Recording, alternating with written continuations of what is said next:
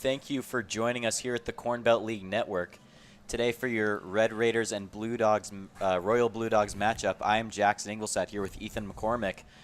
This face-off will start at 7:30 p.m. after a little bit of weather delay from some rain early this morning. But now with the weather clearing up, it seems like we're going to have a pretty good matchup for today. Right, should be a good one. We saw a blowout in that second game. First game was a little bit closer between the Filth Ballers But I mean, we've got a good one on track. We got to hope that this game is a good game. That last one was a quick-moving game, but I want a little bit more competitive a game. Give us a close-scoring game. This game should supply that. Right, and with a team as efficient as the Royal Blue Dogs have been this year, and Red Raiders team who's hoping to work up to that level that the Royal Blue Dogs have shown this year, I think it's safe to say that it'll be a pretty good matchup for today. 100%. You got a team that's tops in the conference at 13-6, and then you got a team that's currently sitting at 6th at 8-11. So it'll be interesting to see. The Blue Dogs are on a little bit of a slide as the standings are on your screen right there, but the Blue Dogs have lost 3 in a row, so they're looking to kind of right the ship and get back in the win column going on here as we get closer and closer to the playoffs. So should be interesting. Right, and the Red Raiders just having come off of a win as well. They're hoping to continue that streak up it to 2 and, go towards the end of the season with a better record than they have had previously. 100% agree, and if you look at the standings, really it's pretty tight between 3 and 8. I mean, it's only separated by a couple games, and with the Haymakers win, they're now only 5 games back of the Royal Blue Dogs in terms of the win-loss and how kind of the league is situated here. So, but yeah, you look at especially 5 through 8, it's only separated by 2 or 3 games apiece, and with 6 games left, 5 or 6 games left in the season, anything can happen here. Right, and then with the new Corn Belt League draw that's been implemented this season, it's also keeping it tighter than it would be usually. Correct, and I mean teams 3, 4, 5, and 6, the Bombers, Rail Riders, Filth Ballers, and Red Raiders all have the tie. So it's kind of interesting that the 3, 4, 5, 6 teams are all together and they've all had the ties. So that's pretty interesting to see. It's pretty cool. Yeah, it is pretty cool. Well, we will return shortly here at the Corn Belt League Network. Don't go anywhere, for it's going to be a pretty good matchup for today. This is the Corn Belt League Network.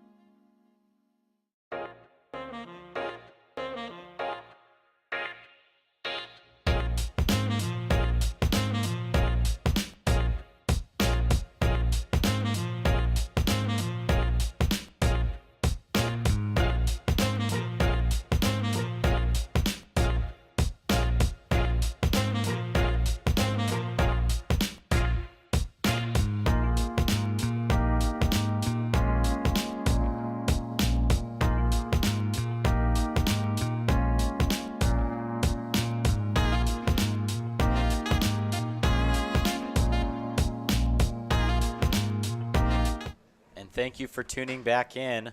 Here, the Red Raiders are starting to warm up in this 7:30 p.m. matchup. We're starting a little bit later than usual, but let's start to go through the starting lineups for these teams. So, the away team for tonight will be the Royal Blue Dogs, and from the top of the lineup, respectively, we'll have T.J. Silliman, center fielder. We'll have Carter Washburn as our extra hitter. Will Johnson at second base, Ryan Malone at first base, Logan Stribling at third base, Cannon Dumont as the DH, Luke Bees as our shortstop, Manny Wells in left field, Ben Raveling at catcher, and then next is Jake Butler. And then pitching for the Royal Blue Dogs will be Logan Lape Brinkman.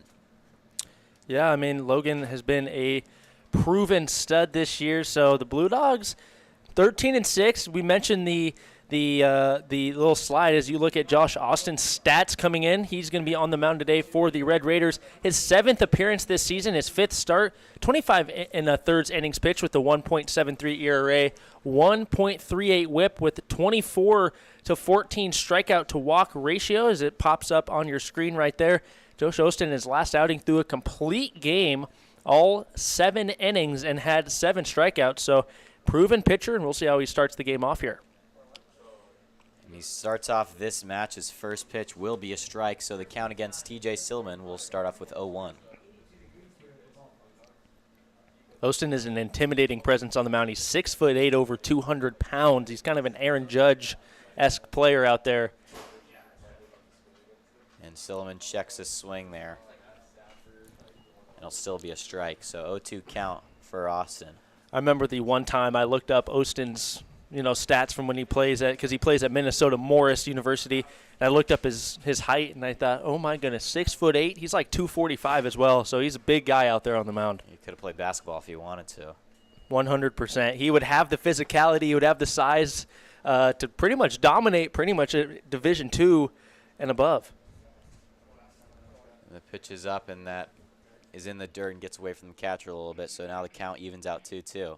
There's some powerhouses in the MLB, too, that pitchers that just have a towering figure that they really got to pack for their punch. They're very menacing to face up against. And that ball's grounded to third base. He'll swing it to first, and he gets him in time for an easy out to start off the inning. What a play right there at the hot corner by Ty Beasley. Gets on his knees, the backhanded stop, throws an absolute missile over to Austin Cheever at first base. What a way to start the game. That can be a tone setter for the Red Raiders. What a defensive play from Ty Beasley. Yeah, great play by Ellie De La Cruz. Sorry, by Ty Beasley. Yeah, it was a great play overall. Very fast velocity on that throw right there. I heard that Ellie De La Cruz little snippet thrown in there. I see you with that. A little different, but good overall work. Makes you think it was him, perhaps. That kind of poses the question if Ellie De La Cruz could be the NL Rookie of the Year. I don't think he is going to be the Rookie of the Year in the NL. We'll see. That ball's fouled up, and in an effort by the first baseman, pitcher, and catcher, no one could come away with it, even though they put their all into that. Who do you think faces could get Rookie of the Year over Ellie De La Cruz? Because I definitely Corbin Carroll. Okay. For the NL. I think Corbin Carroll right now is the NL Rookie of the Year. Now, if Ellie De La Cruz would have came up in the big leagues and did what he did about 2 or 3 weeks earlier, I'd say it would be Ellie De La Cruz. But he kind of came down late, and Corbin Carroll already established a hot enough start to where he was able to kind of jump out in the first place. But you never know. There's still some time left in the season. That's a good take. And that pitch is in the dirt. 2-1 count. Facing off Chris Calhoun. And the AL, I really don't know who can win it in the AL. That's a pretty wide open race in my opinion, but we'll see. I mean, there's still about 2 months left of the season, so there's quite a bit of baseball yet to be played. And Ellie De La Cruz and the Reds just got swept by the Brewers. So, sorry, I misspoke. I said Calhoun was batting. I meant Carter Washburn.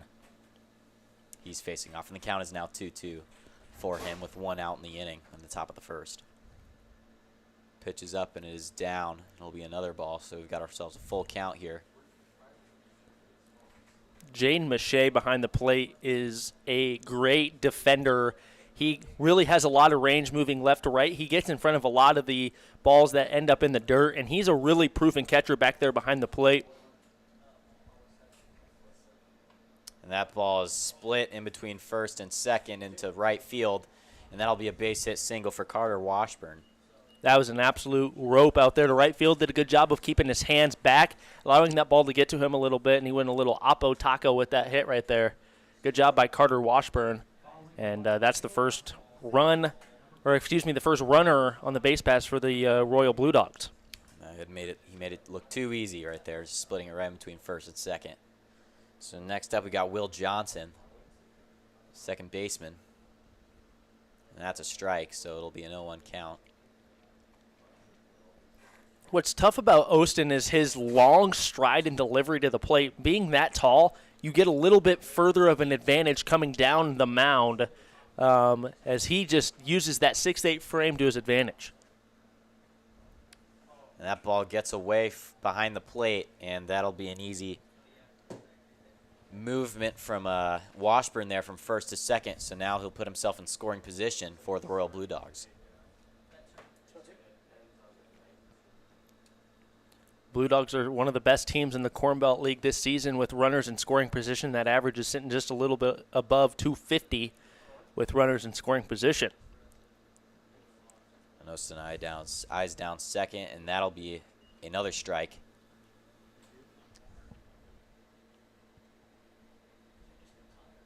You know, with such long length for Ostin, you got less reaction time also as a batter. You know, he's getting that ball out quicker and out further, and he'll hit Will Johnson for a walk. So now the Royal Blue Dogs will have a runner on first and second. That's really tough. I mean, Ostin's got a little bit of velocity on that fastball, so you get jammed in on the ribs right there. You got to be a little careful. That's a stinger. That'll bruise for sure. Yeah. But this is the opportunity for Ryan Malone. You got runners on first and second, one out. So you can take what you can get from Ostin and see if you can break this game open here in the top of the first.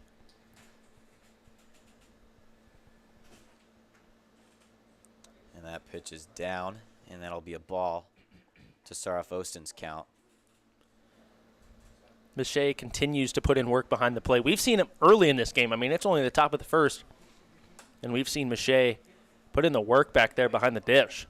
We've only seen him lose one ball after, I haven't been counting, but plenty of balls that are in the dirt that he's had to haul in. So only one getting away. It's a pretty good start for himself in this inning. Miche's also one of the younger pitchers in the league this year, or excuse me, players in the league this year. He's only 19 years old. He's pretty young compared to the rest of the league. And that's a strike from Ostin. So now it is a 2-1 count with one out in the top of the first here. And the Royal Blue Dogs is nothing other than usual, starting off their game strong with a runner on first and second in the top of the first inning. That'll be another ball, so now Malone will have the lead in a 3-1 count here for the Blue Dogs.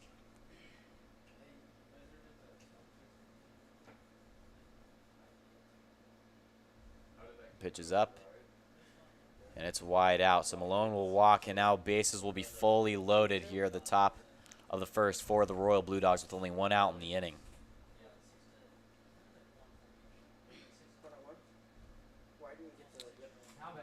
So now batting for the Royal Blue Dogs here will be Logan Stribling, hoping to clean up what's been left to his side to fully loaded bases, man, on first, second, and third. Definitely a good time to score here if you're the Royal Blue Dogs. And that ball's grounded at third base, and he drops it. The shortstop picks it up. That'll bring home a run for the Royal Blue Dogs. Logan Stribling gets a base hit to first. That's going to be a big base hit. They're going to rule that a hit. That's a tough play for Ty Beasley ranging over to his left. That's a tough play right there. That'll score the first run, and bases are loaded here for Cannon Dumont, who made the All-Star team. He was one of the in-state All-Stars this year. So a proven hitter and a guy behind the plate. I actually know Cannon Dumont a little bit. I played with him back in the day. So pretty familiar with Cannon Dumont's game. Right, and it's no surprise here that the Royal Blue Dogs are in top of the standings right now in the Corn Belt League. You know, with 2 hits and a run and fully loaded bases. Once again, it's nothing short of usual for what we've seen the Royal Blue Dogs put on for our viewing this season. That pitch is a ball. Sorry, 1-1 count with 1 out for Cannon Dumont.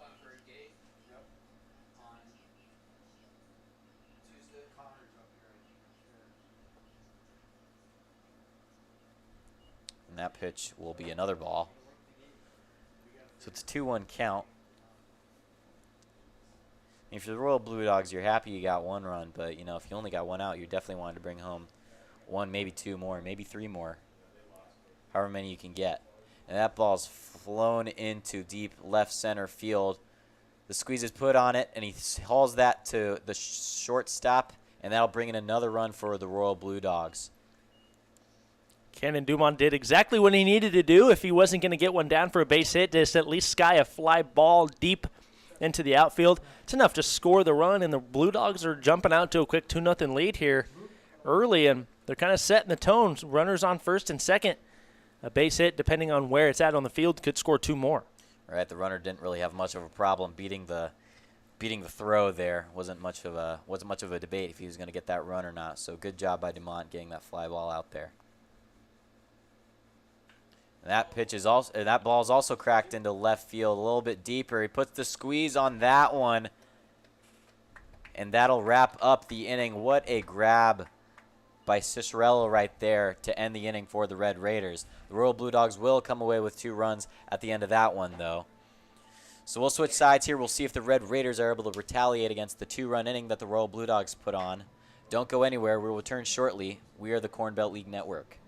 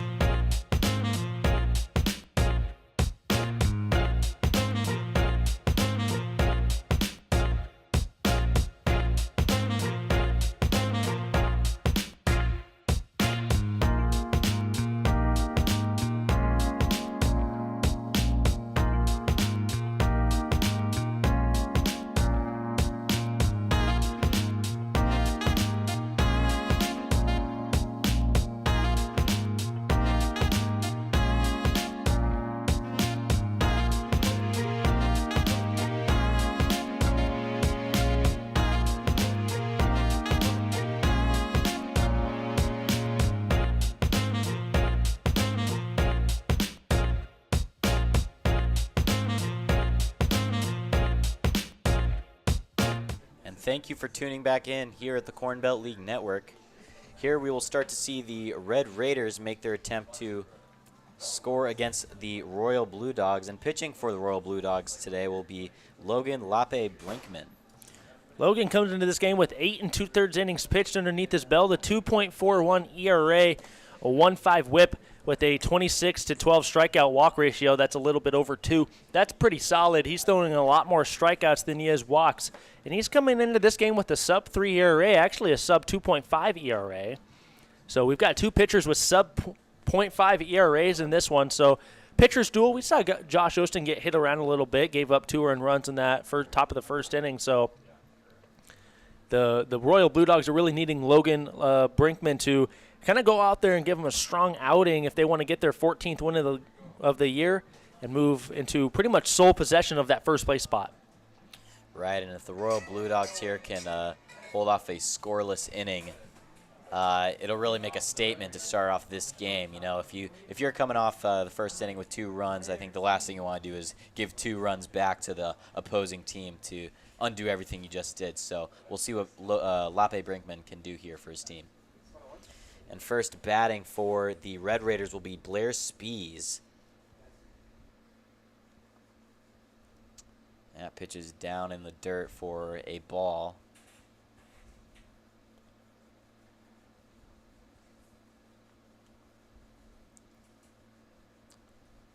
And cracks that one, pops straight up in the air. And the catcher could not put a squeeze on it. It'll be a foul ball. But an unfortunate mistake there by Raveling, not able to put the squeeze on that one for the easy out. And when the ball's in the air that long and right over your head, there's so much that can go through your head. You know, I never played baseball, but I was a tennis player, and sometimes those overheads where the ball's just sitting there, that's when you mess up the easiest, you know? Yeah, I can't imagine it's much different in baseball. You start overthinking a little bit, and you start kind of overcorrecting and whatnot. So, yeah, that can definitely be something that you can kind of overthink and maybe mess up on. So now it's a 2-1 count.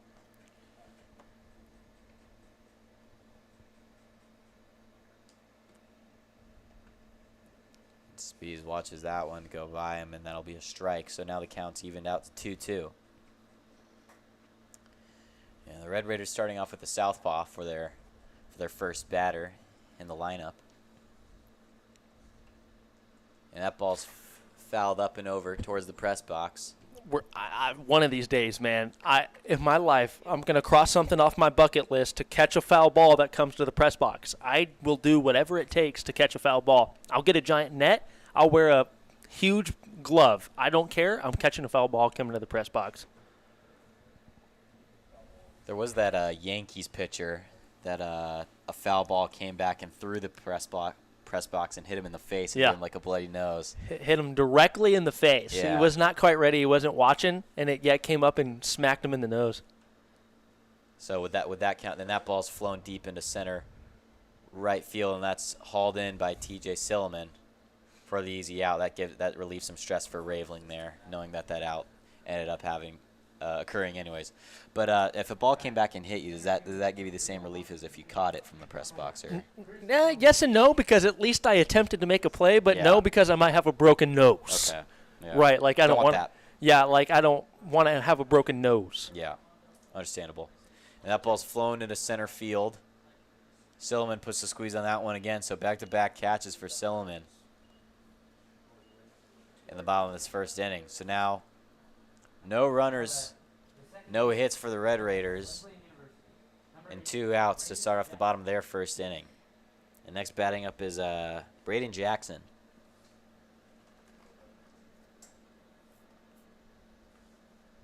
The pitch is up.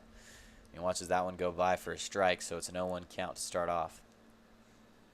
A lot of pitches in that first at-bat, but he's really settled in here. He got one pitch in that last at-bat, but now to Braden Jackson, a very speedy Braden Jackson. He's working very efficiently, and that breaking ball as well as that fastball, he's really been able to locate it the last couple of pitches. So 1-1 count here. He's kind of in the driver's seat. He's kind of cruising right now.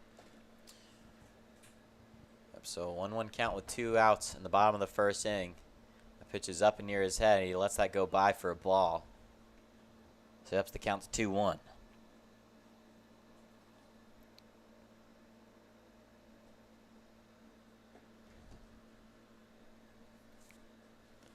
Brinkman. That ball's out for a ball. So 3-1 count now.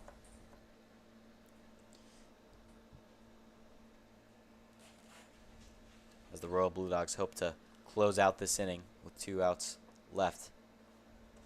And that'll be a walk for Jackson. First runner on the bases for the Red Raiders here of this game. So the designated hitter from Concordia will be Dylan Brisboy up at bat for the Red Raiders. A little lefty on righty matchup. This is advantage Brisboy, who has hit a home run out this season. Great personality Dylan Brisboy is as well. If you hang around the Red Raiders often, Dylan Brisboy is one of those guys that's always up in the dugout vocalizing. He's got a great personality, kind of loud a little bit, but he's a really nice guy and a great guy to be around. All right, and that's what you want for your team, especially in a league like the Corn Belt League and that ball's grounded at third base. An athletic haul in there, but wasn't able to swing it to first for a possible highlight. But still great athleticism there by Stribling as he'll get a base hit there. That was a great diving stop to his right. Diving towards the line, Logan Stribling just caught up and did not have enough time to get that ball across the diamond. That would have been a very long throw. That's essentially the longest throw an infielder can make is from way here in the corner across the diamond to first base. So That's a tough play by Logan Stribling. Hats off to you, though. That's a great play diving to your right. That potentially saves a run, too, so that's a pretty good play right there from Logan Stribling. Right, stopping an easy single from turning into a deep possible double deep into left field that takes quite a bit of time to haul in and end the play. So now batting for the Red Raiders will be Nick Shinez.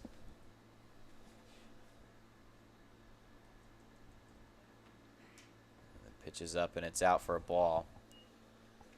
Lape Brinkman's got to be careful here of the runners on second and first. Now that the Red Raiders have put themselves in scoring position. So it's a 2-0 count with 2 outs in the bottom of the first. And it's a high pitch for a ball. So now it'll be a 3-0 count here for Lape Brinkman.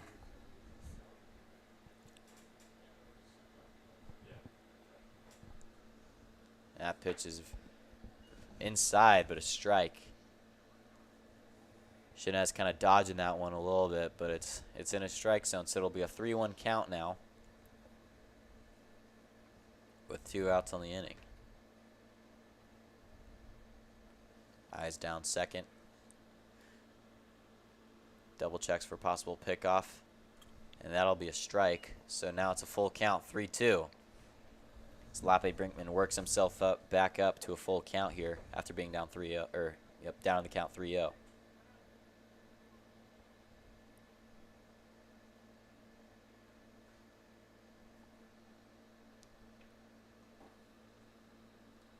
Lape Brinkman strikes him out, and that'll be an end to the bottom of the first inning, striking out the Red Raiders there, holding them off to no runs in this inning, and retaining the momentum and electricity that the Royal Blue Dogs put on in the top of the first inning here. So the Royal Blue Dogs will have a 2-0 lead at the end of this first inning. We will return shortly. Don't go anywhere. You don't want to miss out here at the Corn Belt League Network.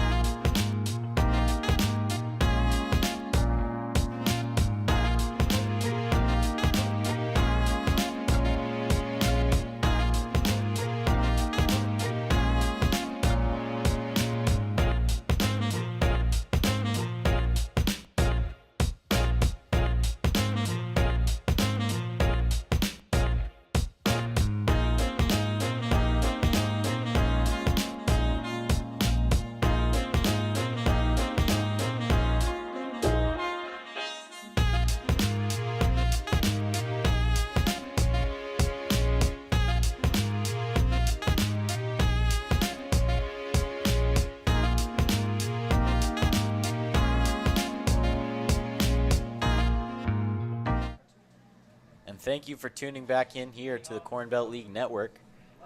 We will start the top of the second inning after the Royal Blue Dogs scored 2 runs, with the Red Raiders having scored none.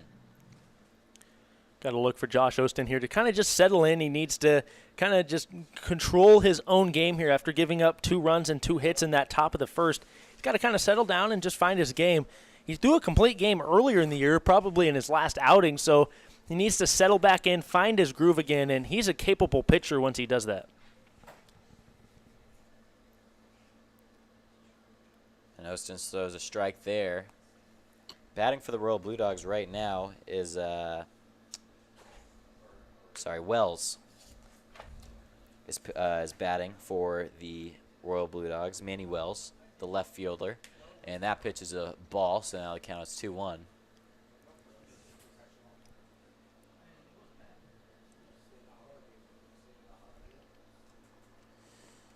And Osteen throws a high ball there for a ball, so the count's now 3-1.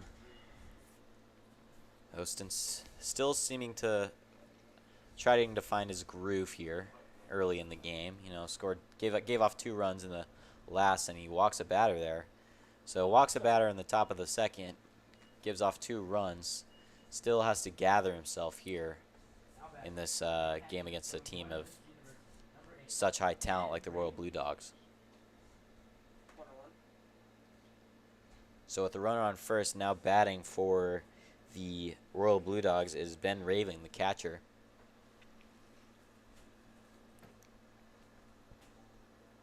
And a pickoff attempt to first.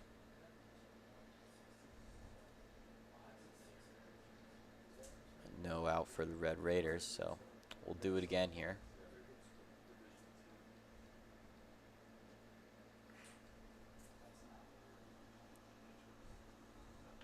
Raveling hits that one into center field for a base hit. Shifts Wells to second and puts himself on first, so that'll be a base hit single for Ben Raveling. Beautiful hit right there from Ben Raveling. Kept his hands in the zone, waited for his pitch, and the Blue Dogs are staying very disciplined at the plate. And this is kind of the Royal Blue Dogs that we saw a couple weeks ago when they went on their winning streak, when they were seemingly just kind of rolling through the Corn Belt League. So they're getting back to their groove. It all comes from the bottom of the lineup, though. They have a stacked top of the lineup, but if they can get to that bottom of the lineup going, they're a very dangerous team. And that ball's bunted, and he'll get caught at first, but that'll shift Raveling and Wells to third and second to put 2 runners in scoring position. So a bunt that gets yourself out there for the Royal Blue Dogs, but overall a very important play there in the top of the second inning. Butler kind of did his job right there. That's a sacrifice bunt to give 2 runners in scoring position here. You got Raveling leading off a second. You got Manny Wells leading off a third. And now you got the top of the order back up here for the Blue Dogs. So an opportunity to kind of keep things rolling at the plate. Right, and with TJ Silliman up at bat, you're feeling pretty good right now if you're on the Royal Blue Dogs with the runner at second and third. That ball's fouled for Silliman, so it's a 0-1 count with only 1 out in the inning. You don't need to do anything really spectacular here at the plate. A deep fly ball will score a run with 1 out, as Manny Wells is pretty quick. He can tag and get home on short fly scenarios. And that pitch is behind Silliman for a ball from Ostin.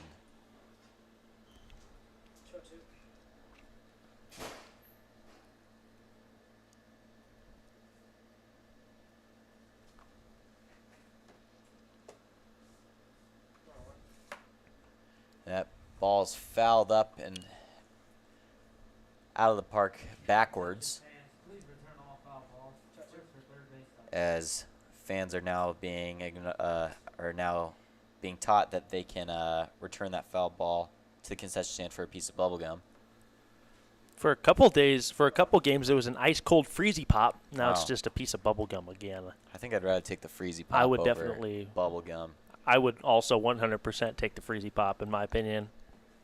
That ball's fouled from Silliman. I know bubble gum's a typical quote-unquote baseball food or big league chew or whatever, but I'm not a huge fan of bubble gum myself. I'm more of just like a basic extra peppermint stick of gum kind of guy. Okay, so you're like a Wrigley.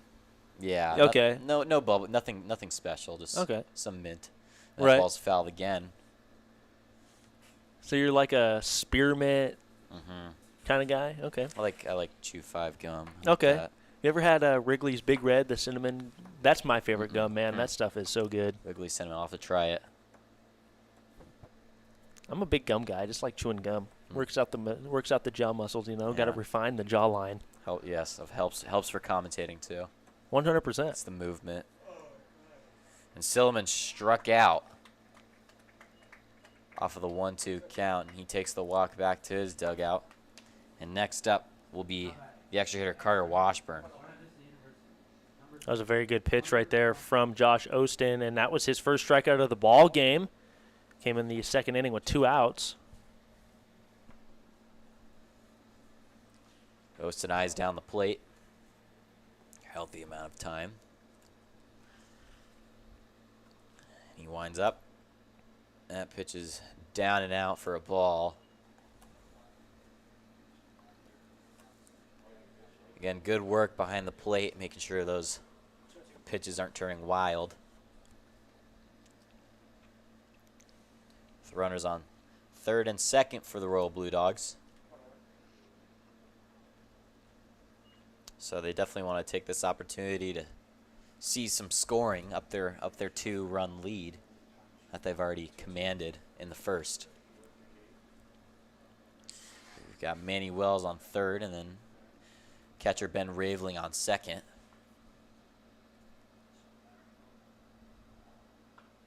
That ball's grounded to third, not able to make the play. It'll be a base hit.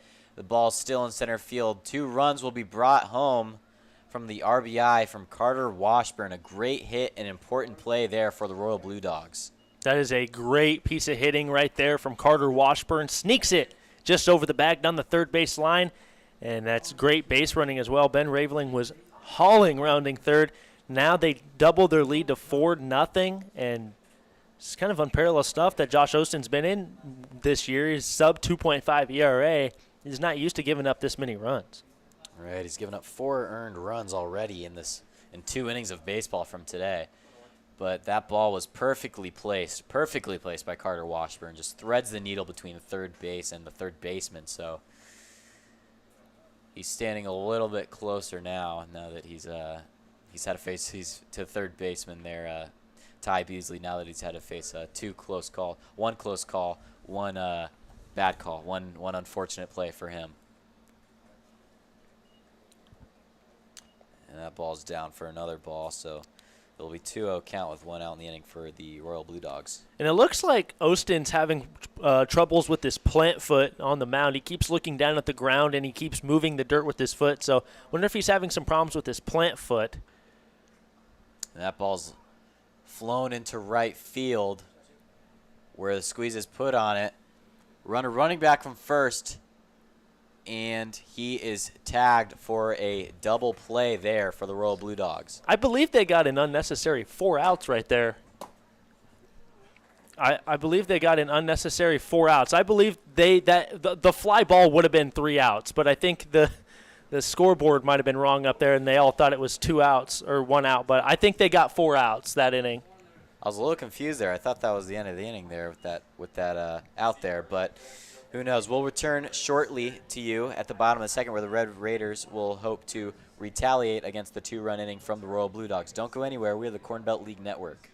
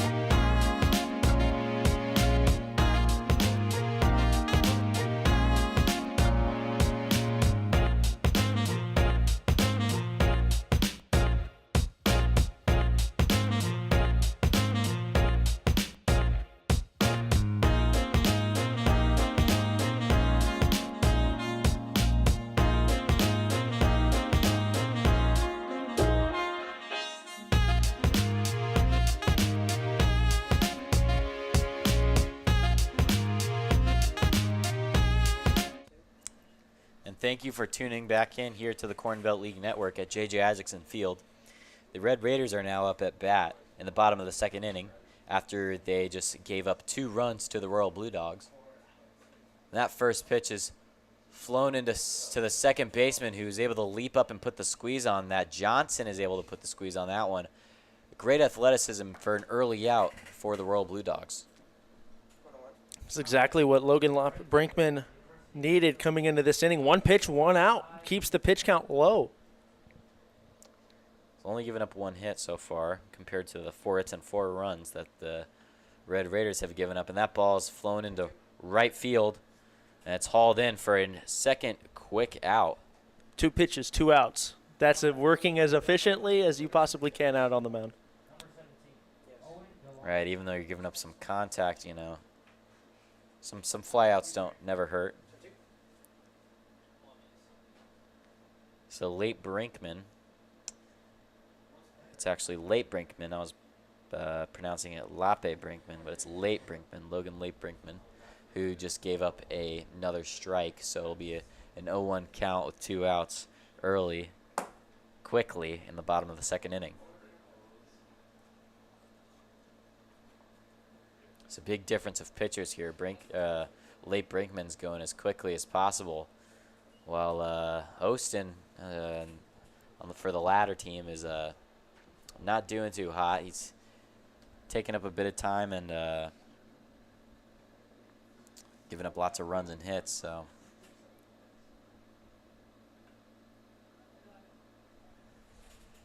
and that ball's fouled up into the stands for a foul ball. So we'll do it again, another 0-2 count for the Red Raiders here. And you got Caden Barton warming up in the Blue Dogs bullpen.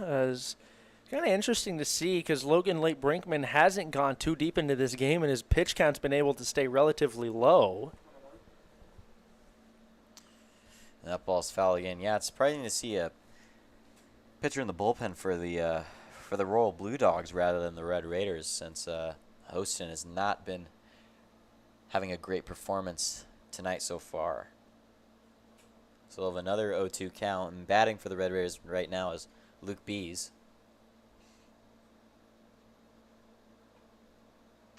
And that is a ball. This counts now 1-2. Haven't even had time to name the batters that are up for the Red Raiders. Late Brinkman's been running through these batters so quickly in the second inning. It's running like clockwork. Bees checks his swing there, so count evens out to 2-2 with 2 outs in the bottom of the second. 2s all across the board. 2 runs an inning given by the Royal Blue Dogs. 2 balls, 2 strikes, 2 outs. And that ball's foul again, so it'll be 2-2 again. Yeah, 2 balls, 2 strikes, 2 outs. Second inning.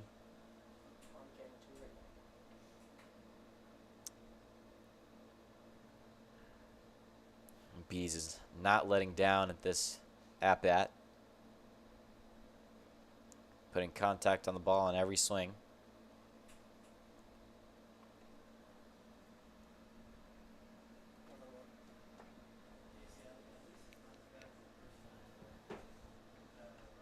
And that ball's popped up towards first base, and it's hauled in, and that'll wrap up the second inning in a very quick fashion. 3 batters, 3 outs for Late Brinkman on the Royal Blue Dogs, who's had quite a performance so far in these first 2 innings. We'll return shortly to the top of the third inning. Next, we'll see the Royal Blue Dogs make an attempt to score once again, continue their streak of scored innings. Don't go anywhere at the Corn Belt League Network.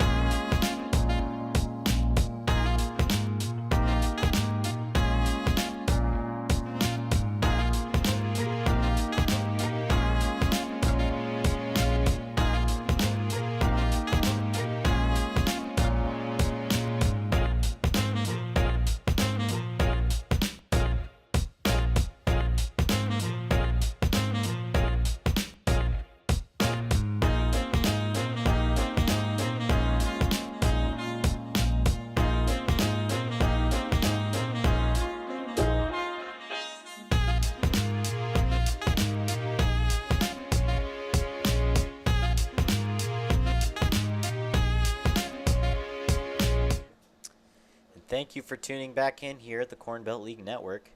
Now batting for the Royal Blue Dogs is Ryan Malone, the first baseman.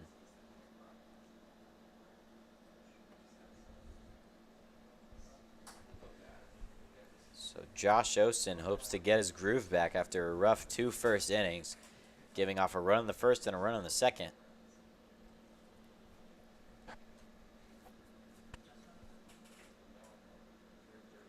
So wagging the bat, takes a swing at that, and it flies into left center field, where it's hauled in by the center fielder Calhoun for the Red Raiders. Off the bat, it looked like that ball was going to go a lot further. That was loud contact. That ball was hit sky high, and that ball was hit very well. There's not a lot of wind blowing in from that outfield. If you take a look at the flag out there, we got a flag out in center field. It's barely moving. It's pretty still, actually, out there in center field. So not a lot of wind maybe touching that ball, but just didn't quite get enough on it. And that pitch is inside for a ball. Yeah, great contact made there by Malone there, but not enough juice to give the Royal Blue Dogs some needed hits or runs. But it's okay since they have a healthy 4-0 lead against the Red Raiders. The pitch is up and it's swung at, and it's hit to the shortstop, who swings it to first, and that it gets there in time after bouncing for an out. So now it's 2 outs for the Red Raiders. Seems that Josh Osen may be getting some momentum back after his rough 2 first innings, because he's got 2 batters up, 2 batters down in this 3rd inning. What a pick over there by Austin Sheaver. That saved what could have been a throwing error over there by Blair Spees. That was really brilliant duties right over there at first base. And that ball's hit to first base, who's going to get it back to Osen for a quick out, and that'll wrap up the top of the 3rd inning for the Red Raiders. Osen getting his groove back against these Royal Blue Dogs, holding him scoreless in the top of the 3rd, which they have not done so far this game, after giving 2 runs in the 1st and 2nd. But the Red Raiders will hope to retaliate now and get their scores back, and we will return shortly to the Corn Belt League Network.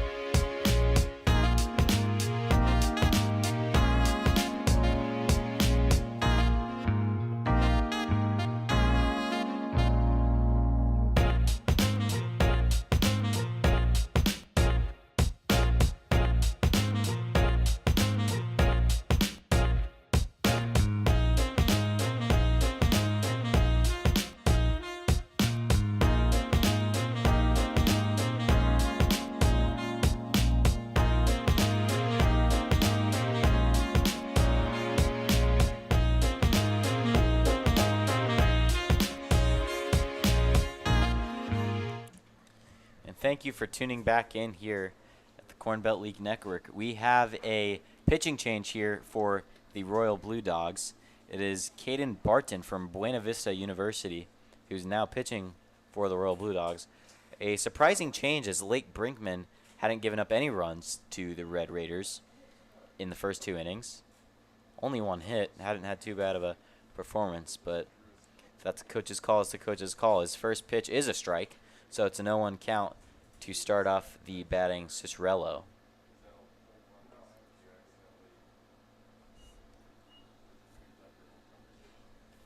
And that pitch is a ball, so the count evens to 1-1.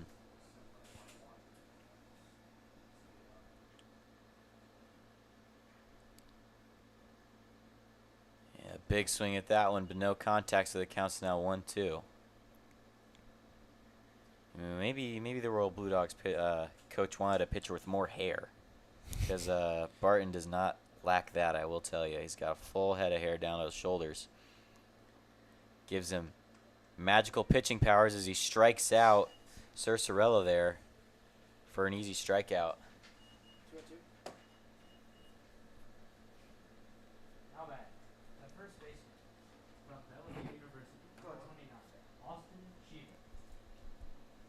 Barton sort of has a Josh Hader look going on. I was just thinking that. He's got the Josh Hader flow, just a different hair color. Right. Kind of got the same style of pitching, the really jerky motion, but gets in there pretty quickly.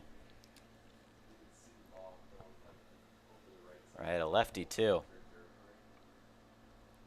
Josh Hader second coming. For real. Cade Barton, Josh Hader. Well, he's already got a strikeout. And long lost siblings. I mean, Josh Hader's not too bad of a pitcher himself, so it's not a bad comparison. You know, if you're a pitcher being compared to Josh Hader's not too bad of a comparison there. I agree. Even though the Padres aren't doing too hot this year. Yeah, it's very shocking. They're a couple games below 500.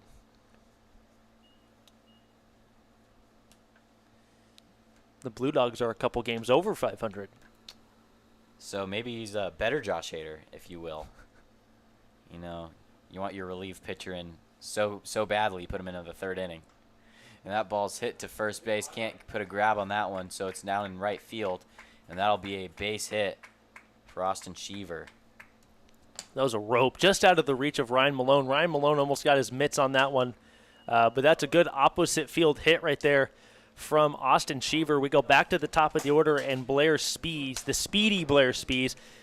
Blair Spees has made a couple amazing, phenomenally defensive plays out there in left field. Shortstop, he's made a couple brilliant plays. He's really can play anywhere, middle, infield, outfield. So Speedy, we'll see what he can do here with the runner on. Barton will reset here to face off Blair Spees. Speedy Spees. Speedy Spees, I like that right there. And that ball's outside for a ball.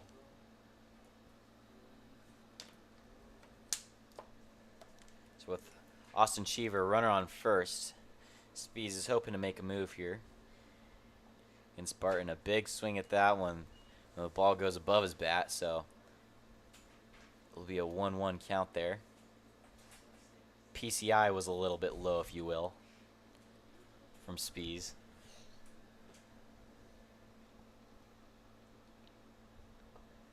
That ball's high again, close to his face. A couple of feathers are ruffled there from Spees, but it'll be a ball, so it'll be a 2-1 count now.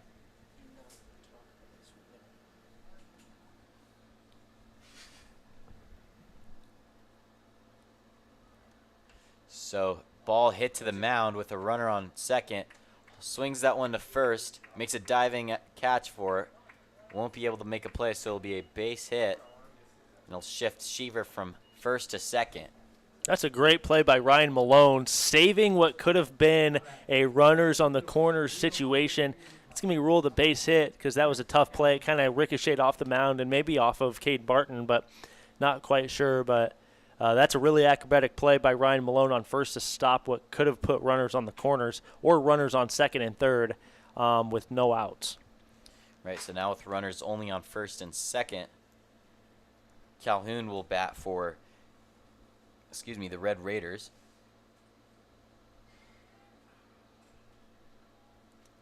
So now Barton's got to keep his eye out.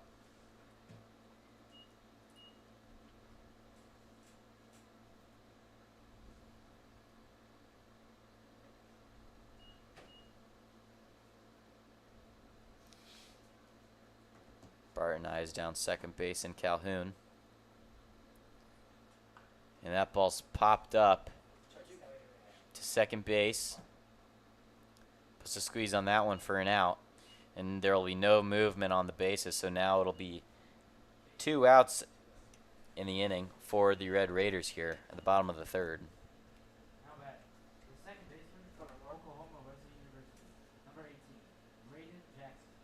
So Braden Jackson will take the right batter's box now for the Red Raiders.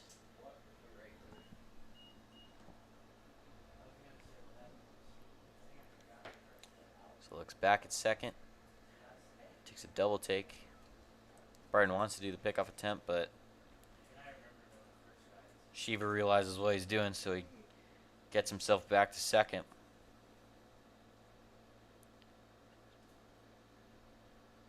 The pitch is up, and it's a strike.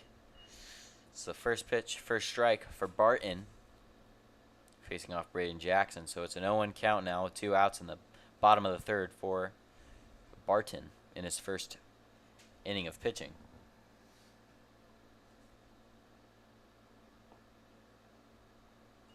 And that'll be a ball, so the count evens out to 1-1 for the Royal Blue Dogs here.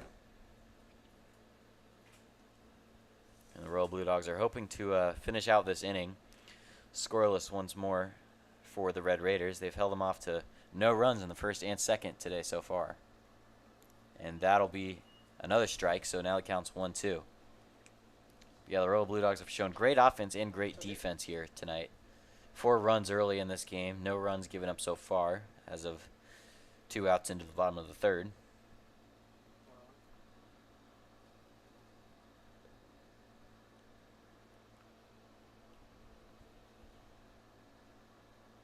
The pitch is up, and it's down, and it's lost by Raveling.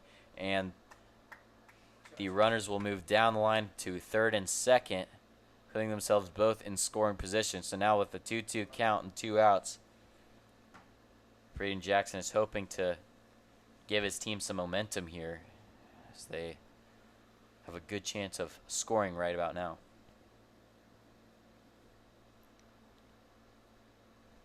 The pitch is up, and it's grounded and fouled. So it'll be a 2-2 count once more, and 2 outs in the bottom of the third here for the Red Raiders.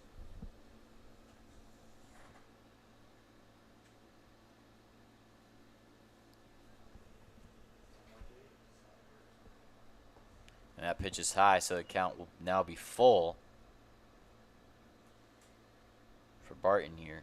Had a good lead in the count earlier, but now he's got himself to full against Jackson, who's had a good eye so far in his appearance at the batter's box.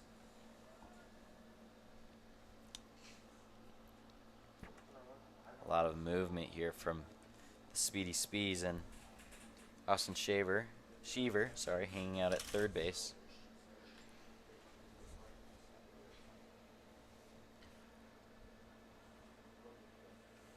The pitch is up, and it's cracked foul. Behind and to the left. So it'll be once more another full count. Yeah, Braden Jackson's really doing a good job here of letting balls go and letting balls in a strike zone, at least making contact with it. And that pitch is high and inside, and that'll be a walk for Jackson there, and that'll be fully loaded bases for the Red Raiders. As Dylan Brisboy is hoping to bring home some runners here with 2 outs in the bottom of the third. One swing can tie this ball game right here for the Red Raiders. Dylan Brisboy does pose the power. He's got the threat. He's hit one out earlier this season. Even a double could be bases clearing and cut the Blue Dogs lead to 1. That's why he's put in the lineup as the cleanup hitter for the Red Raiders, 4th in line. So he's going to let that ball go by him. It'll be a strike. So the count's 0-1 with 2 outs in the inning.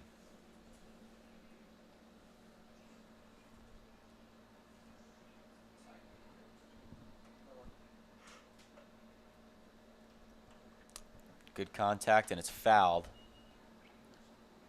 towards the Royal Blue Dogs bullpen. So the count's now 0-2. Not where Brisboy wants to put himself here with 2 outs on the inning. One more strike will put away this inning for the Red Raiders, who are in such great position to score here with fully loaded bases.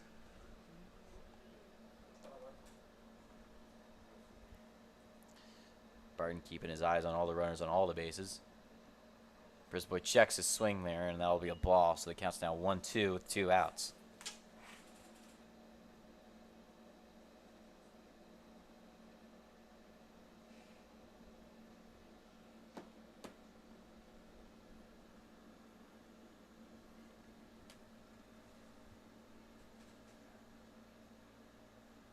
So 1-2 count, 2 innings. Barton pitches. And that ball's inside for a ball.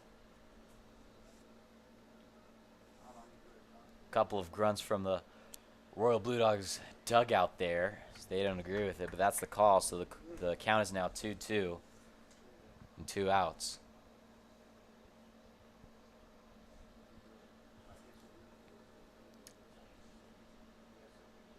Brisboy swings and grounds it to third, who slings it to first in time, and that'll wrap up the 3rd inning.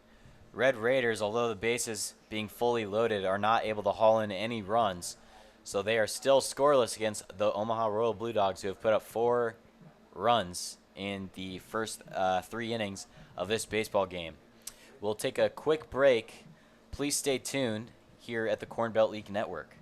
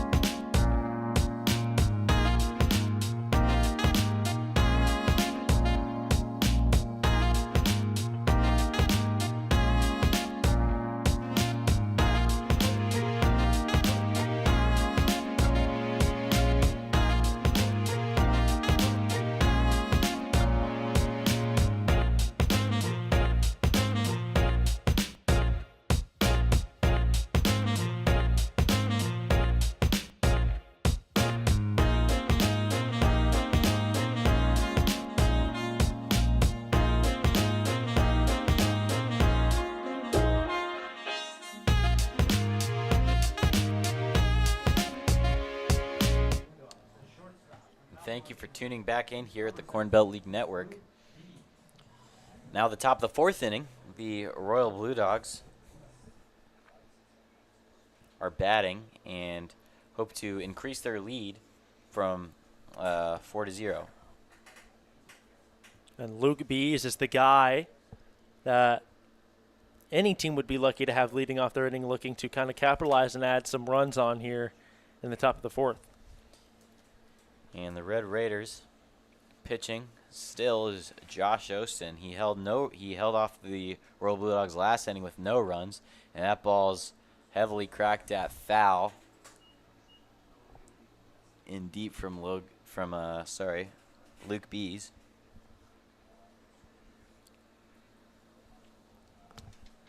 But Josh Ostin held off the Royal Blue Dogs last inning with no runs. However, in the previous 2 innings from that, he gave up 4 runs, so still hasn't been too great of a day for Ostin, but he's hoping to clean things up continuing forward. It's not a bad waste pitch on the 0-2. You have a couple pitches to work with, and, you know, curveball misses a little bit high. Now you need to finish more down with that curveball right here on the 1-2. And that ball's grounded to the shortstop, who slings it to first. Not in time. Great speed there from Bees. So he's able to get a base hit single. And Bees showed off the speed, but I got to give a huge shout out to Bees showed off the speed, but showed off the velocity. That's kind of a tongue twister. Bees, speed, Spees. I mean, Holy moly, try to say that like 5 times fast. A lot That's of ease. a lot of ease and a lot of, a lot of similar sounding stuff there. But I will say Spees, got to make sure I don't cross my names here, threw an absolute dart across the mound, but it was not in time. Spees threw it with ease. Oh, dear. And that ball is fouled, and it's hauled in there from Austin Cheever from first base to get another easy out. A lot of ease going on here in the last couple Cheever. words. Cheever, Bees, Spees, Spees, Ease, Easy, Speed. Yeah, lot going on. That's a tongue twister. It's It kind of is. like if you say that 5 times fast, I guarantee you probably won't be able to say it correctly. Correct. Yeah, that's tough. Probably. So the pitch from Ostin goes over his head straight into the mitt of the second baseman of the Red Raiders, and that wraps up the top of the 4th inning in quick fashion. So we'll switch sides here between the Red Raiders and the Royal Blue Dogs, where the Red Raiders hope to retaliate. Ostin holds off another inning. No runs from the Royal Blue Dogs. Please stay tuned here at the Corn Belt League Network. Don't go anywhere.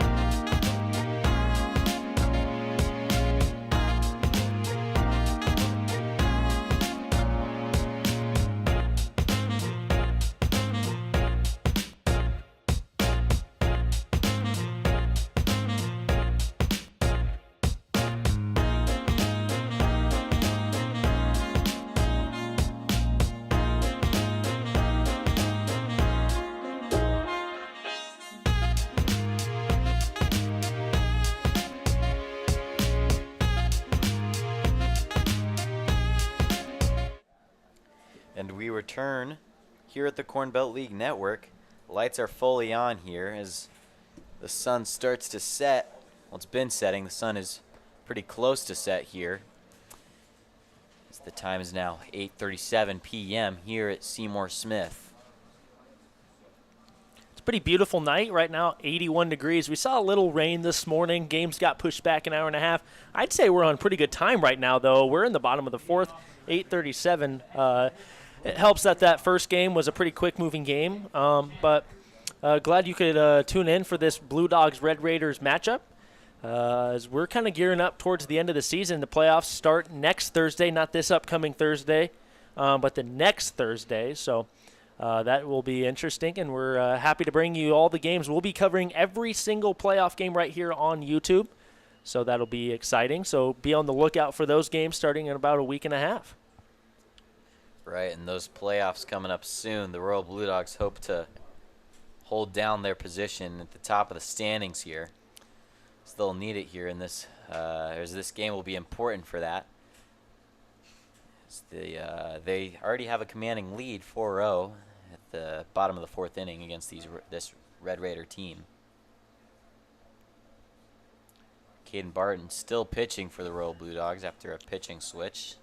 That doesn't seem to have affected them so far, as they've still had no runs after they took out late Brinkman, who's doing a pretty good job in the mound. No runs, only 1 hit. That pitch is a little high, so that'll be a ball. So the count evens out to 2-2 in the bottom of the 4th.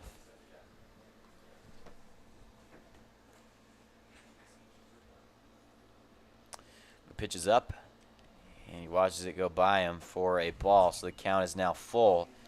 3 balls, 2 strikes, no outs in the bottom of the 4th here. Batting for the Red Raiders is Nick Shanez.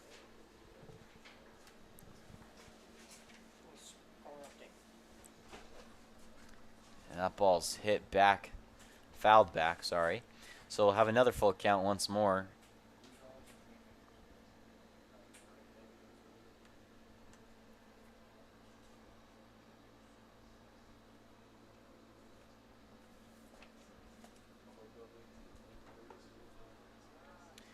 And he will take a walk to first base. Barton can't get a hold of him, so it'll be a walk to first. So now with no outs, Red Raiders put a runner on first there. That's a really good at-bat. He kind of worked behind a little bit, but then he came back. Very impressive at-bat from Nick Chenez right there. Now you got Jane Mache, and all this damage can be done with no outs. All right, good discipline there for Chenez. That ball's grounded to second.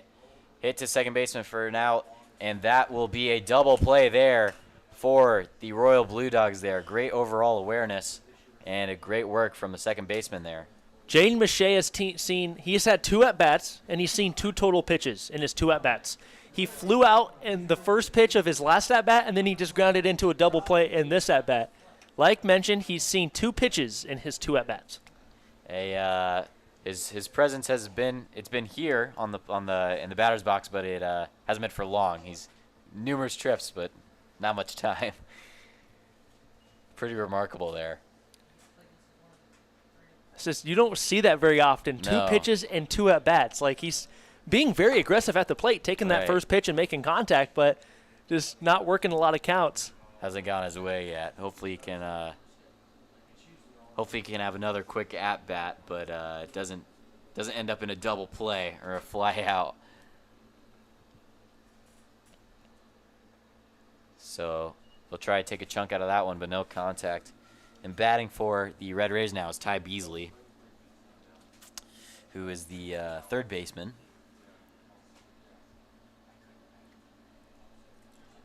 The pitch is up, and he fouls that one, so it counts now 1-2. And coming into this outing, Barton had a 5.89 ERA and a 2.44 opponent's batting average. Well, I think that ERA is going to be dropping a little bit because Caden Barton has been looking very good out on the mound. He just looks so poised. He looks like he knows exactly what he's going to do. His command is on point, and that breaking ball's been working. He's initiating contact. But most importantly, the Blue Dogs defense has been stepping up. Right, just like that double play from earlier. And he gave up 2 hits earlier, but, you know, the Blue Dogs were able to hold down the fort and not give up any runs in a fully loaded bases situation. 100%. And going into this game, Logan Late Brinkman had a 2 ERA in 17 2/3. Well, he only pitched 2 full innings, so he's now got 19 2/3 innings. And that ball struck well deep into right field, and it'll be just foul. Sigh of relief there for the Royal Blue Dogs. That ball was struck very well, very deep, but foul as well. So we'll do another 1-2 count with 2 outs in the bottom of the 4th inning for the Red Raiders. This is a very good at-bat right here by Ty Beasley, staying alive. And he makes contact once again. It's fouled out and over the fence, but a Royal Blue Dog in the bullpen is able to put the squeeze on that one. We've got another pitcher warming up in the bullpen for the Royal Blue Dogs. I think that was Trace Mahacek. I'm almost positive that looked like Trace for a second there, but it will not matter this inning. So that inning wraps up. Once again, no runs scored for the Red Raiders. Haven't scored a single one so far, only 3 hits. And with great defense from the Omaha Royal Blue Dogs, they're able to put that inning to rest. And we'll wrap things up for the 4th. So next up will be the Royal Blue Dogs on offense once more. Don't go anywhere here at the Corn Belt League Network.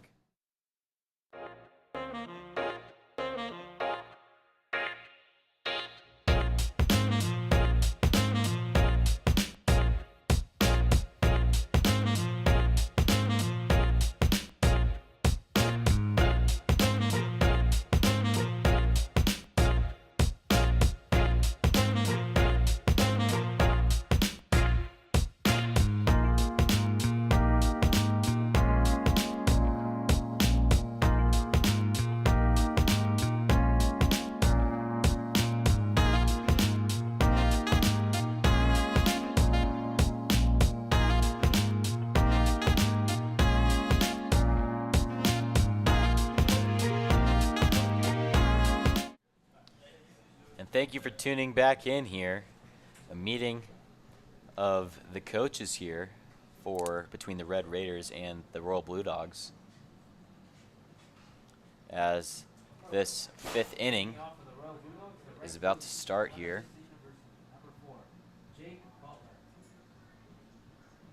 So Jake Butler will take the batter's box for the Royal Blue Dogs here.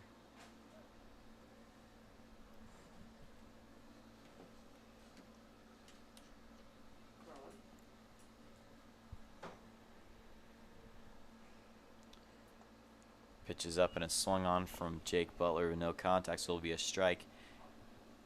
Jake Butler's making his 2nd plate appearance tonight. He's made his presence felt, though, with an RBI. The pitch is up.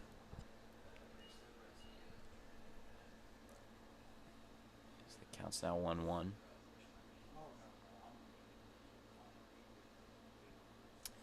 Jake Butler is the bottom of the lineup for the Royal Blue Dogs in batting, and that ball's grounded to third base. It's swing to first, and it is an out for the Red Raiders. A great play there from Ty Beasley to Austin Cheever. It's a great play by Ty Beasley. Even had enough time to give a couple ball-to-glove slaps, but got the speedy Jake Butler going down the line. Go back to the top of the order, TJ Silliman, see if sees if he can continue his impressive day out there for the Blue Dogs. And pretty much ever since that 2nd inning, this has been kind of a pitching duel. We've seen a lot of great pitching, both sides kind of showcasing their best stuff here. Right, Austin's been able to get himself together here in these last 2 innings. And so far in this 5th inning, so he gave up those 4 runs in the first 2. But Silliman here is up to bat, the center fielder for the Royal Blue Dogs. He's made his presence felt on defense as well. He had 2 squeezes for some flyouts. That ball's grounded at third, hit to first, and that'll be another out for the Red Raiders as Silliman's retired. Great defense once more for the Red Raiders. Ty Beasley, that was an absolute rocket. That ball could have been made by like SpaceX, the way that ball was hit so hard. But right. Ty Beasley controlled it. He got on his knees. He understood that he just had to make a play, and he had to stop that ball. That ball gets down the line. That's a double. Silliman standing on second with the double, but he threw an absolute missile across the diamond. That's a great play by Ty Beasley. All right, Ty Beasley showed some great athleticism today here at third base.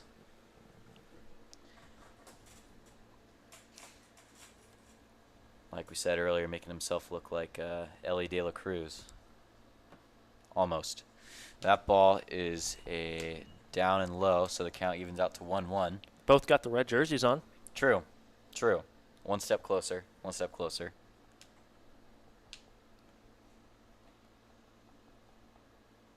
And that ball is a strike from Austin. 1-2 with 2 outs. Yeah, Austin's really gathered himself here. He, as I've said many times, he wasn't doing too hot in the first 2 innings. Gave up 4 runs. And he strikes out another runner, or strikes out another batter for the Royal Blue Dogs, and that'll put a wrap to the top of the 5th inning here. Austin showing his worth here at J.J. Isaacson Field. 3 batters up and 3 are down. So that'll be the wrap up of the top of the 5th inning. We'll switch sides here and don't go anywhere here at the Corn Belt League Network.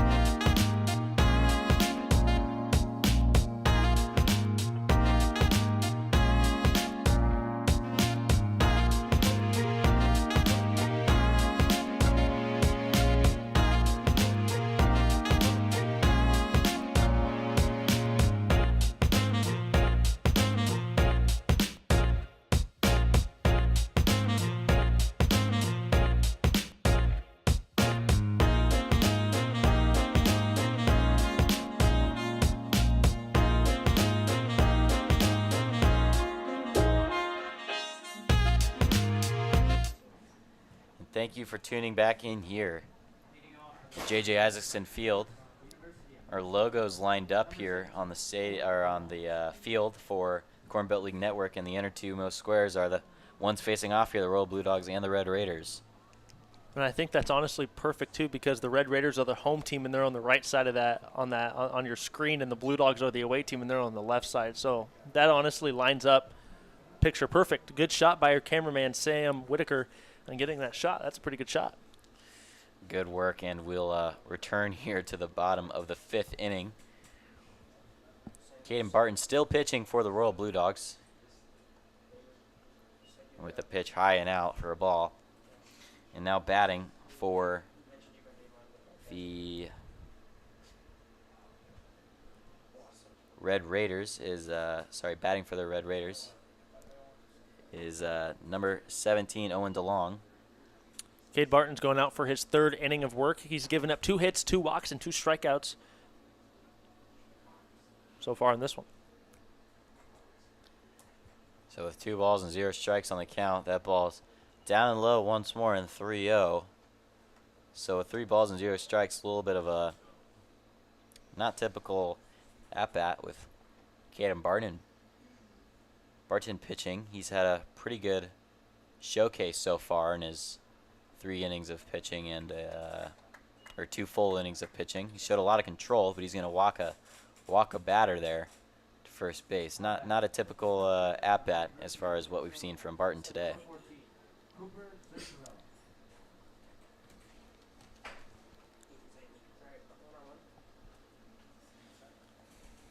So now with Owen DeLong on first.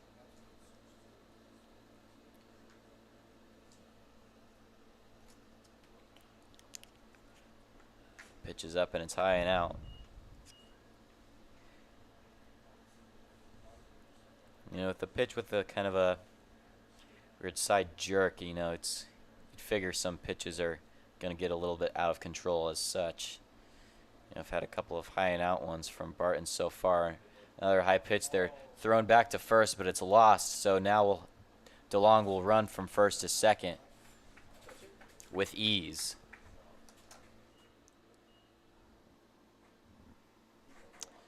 So now in scoring position is DeLong.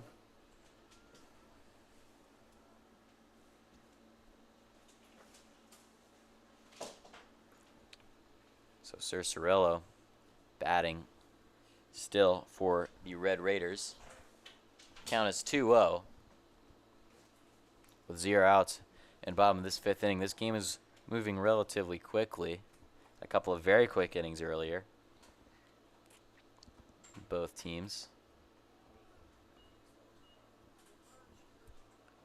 Already had a pitching change, as we've said earlier, from the Omaha Royal Blue Dogs. Had Logan Late Brinkman, who was pitching the first 2 innings for the Royal Blue Dogs. It's subbed out for Caden Barton, and we have a pitcher in the bullpen for the Red Raiders, actually.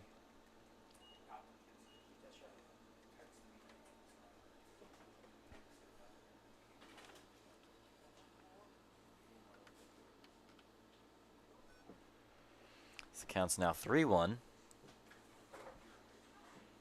It's Drew Haferkamp, who's in the bullpen for the Red Raiders. That ball's ground to third base, thrown to first for an out, and he will be retired at first. It's a good play by Logan Stribling. The runner does advance 90 more feet to third, so a runner's in scoring position here as you know, the Red Raiders are looking to tack on their first run of the ball game. They've gone scoreless, only have 3 hits so far in this game. So they're looking to tack on that first run of the ball game. And I would say the Royal Blue Dogs pitching today has been elite. They have been really good at shutting down counts, quick counts. Between Logan Lake Brinkman and Caden Barton here, they're throwing an absolute gem. Right, and Barton throws a strike there. 4 full innings and 1 out of the 5th here. Yeah, the Royal Blue Dogs really have shown no mercy. They've held off everyone that's come their way so far from the Red Raiders. And that pitch is high for a ball, so the count's now 1-1. Yeah, but it's not like the Red Raiders haven't put themselves in any scoring position. They had fully loaded bases. They've had 3 hits. They've had a couple possibilities to score, but they haven't executed and are still runless on the day to a team that has scored 4 runs so far. That ball's fouled high and past the Royal Blue Dogs dugout. Oh, that's Trace Mahacek right there. Attempts to make the play. Yeah.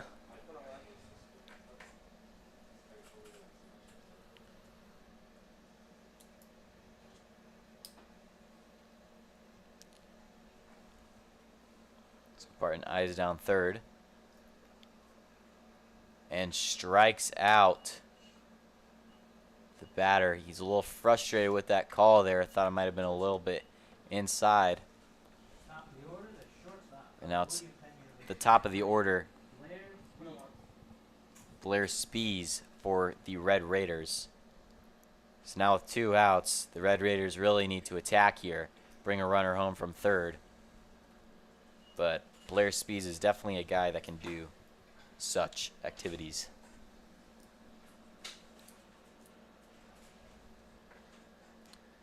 So that first pitch is a ball, so it counts 1-0. And 2 outs at the bottom of the 5th. That ball struck and popped up to the shortstop, who puts the squeeze on it. And that wraps up the 5th inning here. Red Raiders still no runs in this ball game.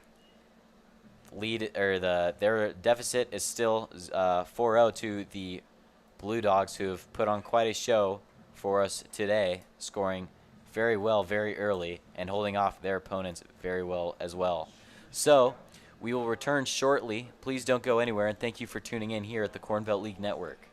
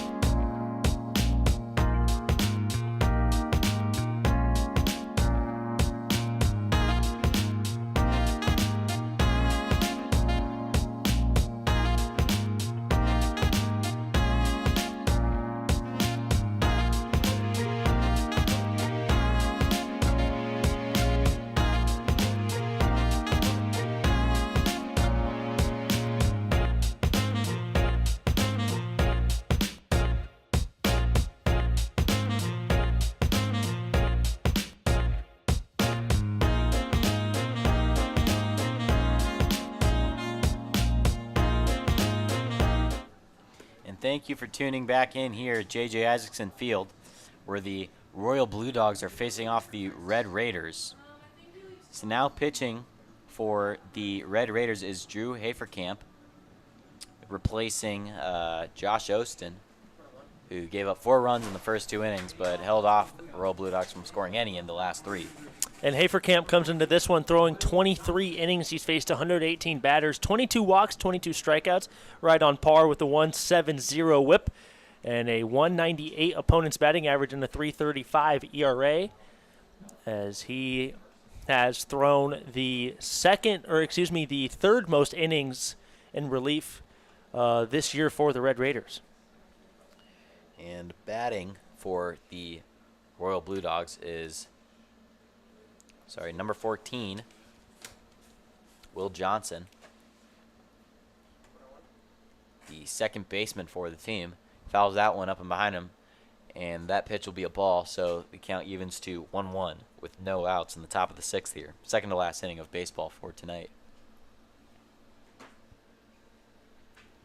More than likely, given that we don't go into any extra innings. And that ball struck well deep into left center field, and it'll be a base hit for Will Johnson, a base hit single, as the Red Raiders are able to get to that ball fairly quickly. Let it only be a single. Struck very well by Will Johnson. Didn't quite have the angle or the exit velocity to be anything more than a single, but still great contact and nothing short of great base hitting from the Royal Blue Dogs. Something we're fairly comfortable and normal to see.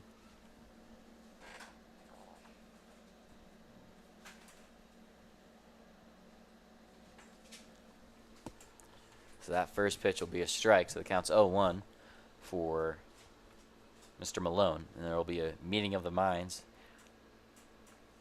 just south of the mound. Drew Haverkamp will meet.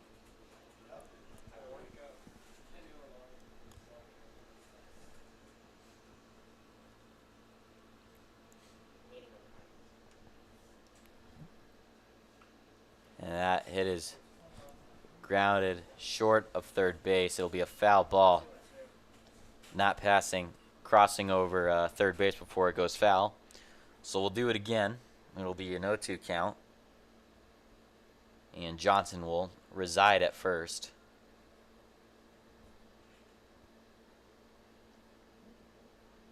Pickoff attempt to first. Haverkamp basically just tells Johnson, hey, get back to your place. No leading off on my watch here.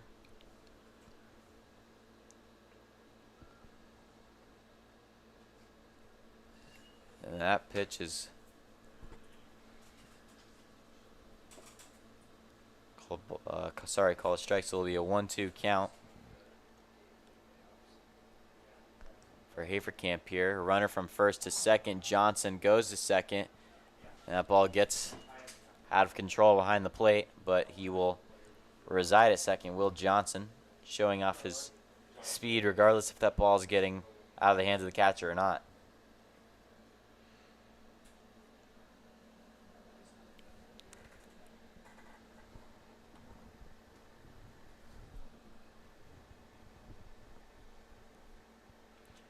And that ball's skimmed off of Malone's bat for a foul ball. Up over and behind the plate. So it'll be a 2-2 count.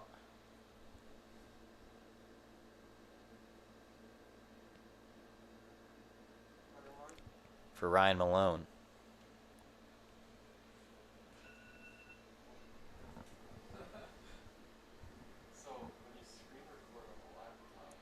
That ball swung at, but Will Johnson will run from second to third. He will steal a base, but Malone will be struck out there. So now batting for the Royal Blue Dogs is number 12, Logan Stribling, the third baseman.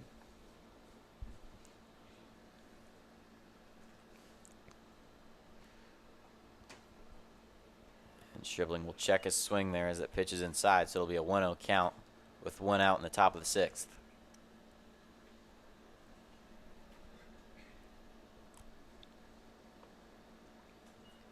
And the pitch is high and it'll be a ball. Fairly cloudy skies right now. I mean, not like cloudy, stormy, but just more just like blank. You know, just very dull skies. So not great weather to bring your dog out to Seymour Smith, unfortunately. I don't see any canine friends. And that pitch is out of the hands, and a run will be brought home. Will Johnson scores a run for the Royal Blue Dogs, ups their lead to 5-0. It's a big run right there for the Blue Dogs. That may have given them the insurance runs that they need. As based off of how the Red Raiders have been doing on offense, they've gotten 3 hits through 5 total innings. So that could be the deciding run. And that is a ball. Or sorry. That'll be a walk. A ball and a walk for Logan Stribling. Yeah, but like I said, fairly blank skies. Kind of boring. Not a very pretty sunset, you know. A lot of diversity here in Nebraska. You'll have your boring days. You'll have your eccentric storm days. You'll have crazy hot weather. You'll have pretty sunsets. You'll have a little bit of everything. But today's pretty bland. Not much going on in the atmosphere tonight. I would agree. It's pretty. It's you know, the sky is about as gray and dull. There's no sun coming through. There's no life out there in the sky. No fireworks. No fireworks lit behind as 4th of July season has come to a close. Right. Middle of July, July 16th. There's not much looking forward to now until really Labor Day, but I can tell you something that you can mark on your calendars is the Corn Belt League playoffs. It'll be right here. Starting next Thursday right here on YouTube, we'll be covering every game. Right, it'll be a good wrap-up to a good summer here at Seymour Smith Park, and games also that are held at Iowa Western.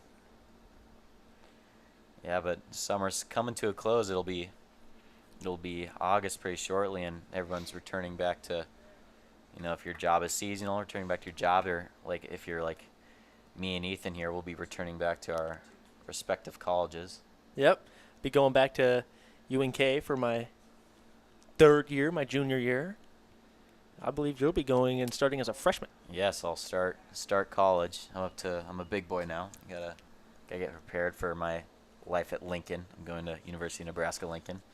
And then we also got our tech producer and camera director, Mike Knockenhauer, George Michael Knockenhauer Jr. He's going to be going into his junior year at Creighton Prep.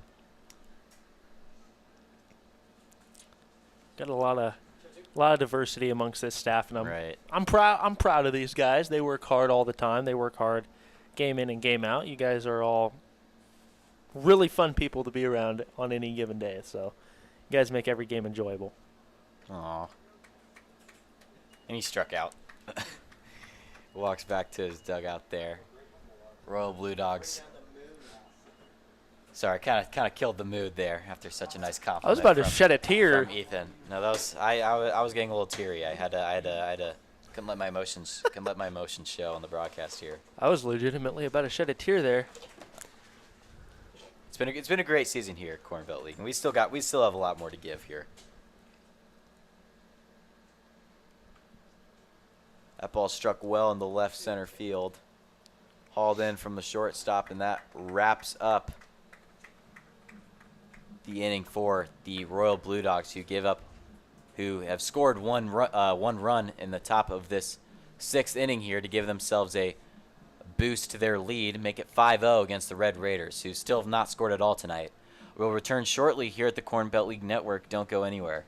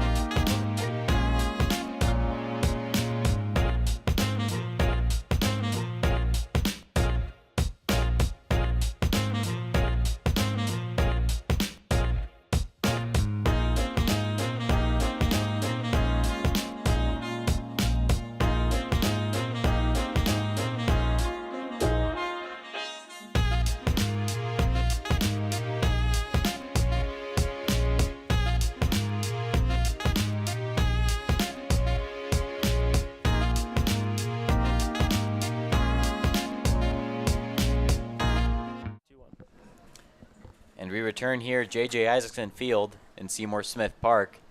Royal Blue Dogs have a 5-0 lead, as you can see there on the scoreboard there. They've given up.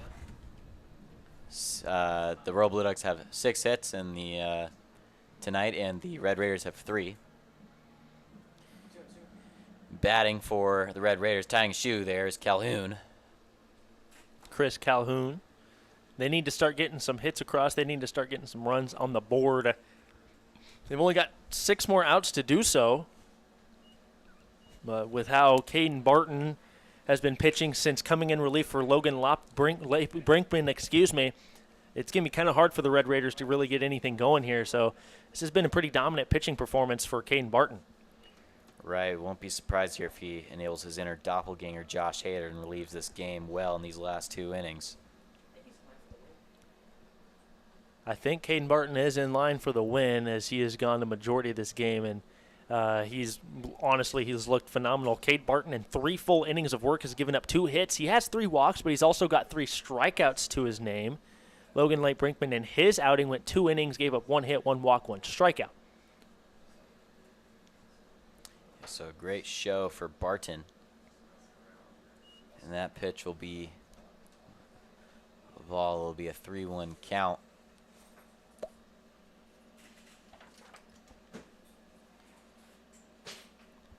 Chris Calhoun is the center fielder for the Red Raiders.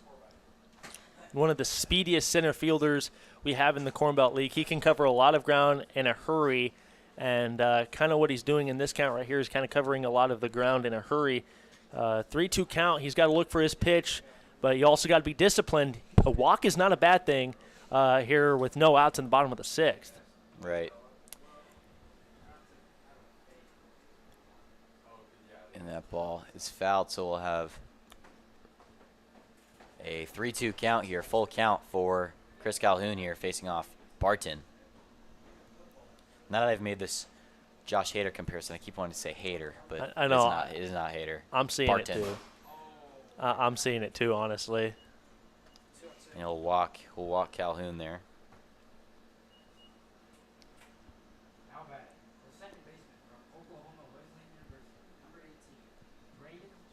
And from Oklahoma Wesleyan, Braden Jackson will take the batter's box for the Red Raiders here.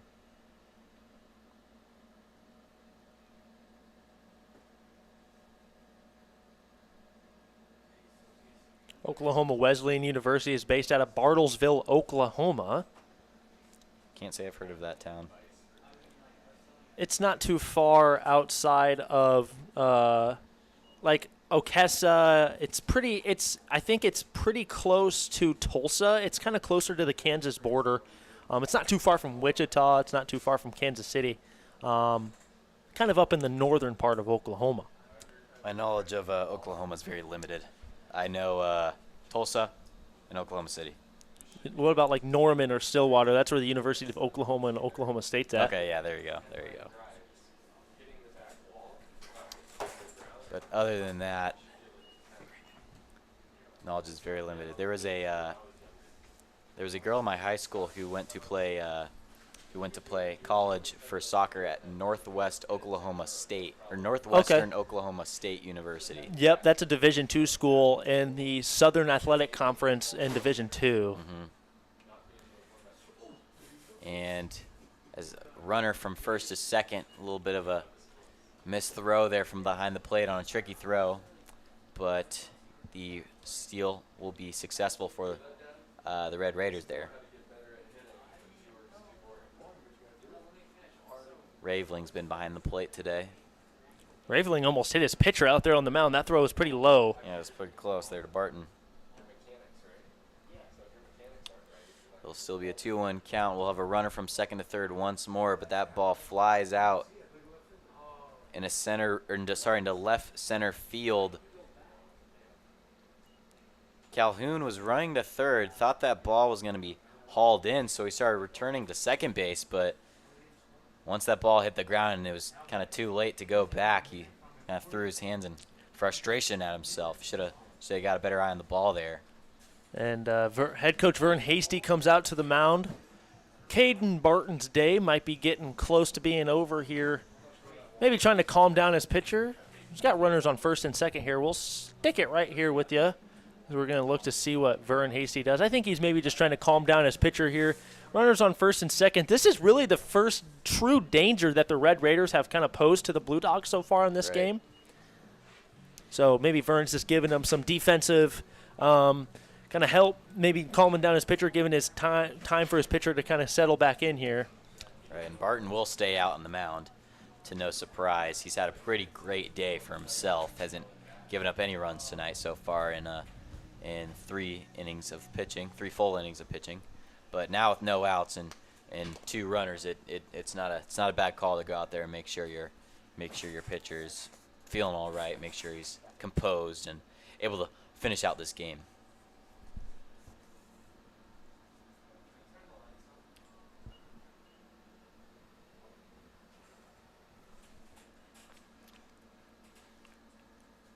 first pitch is a ball. It's a 1-0 count.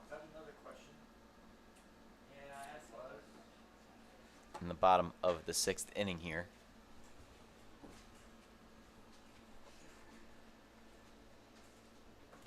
Calhoun a little antsy on second. Barton checks him out, makes sure he doesn't get a little too jumpy that he runs over to third.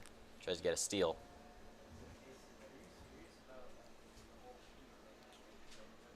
And runners will shift respectively, steal some bases.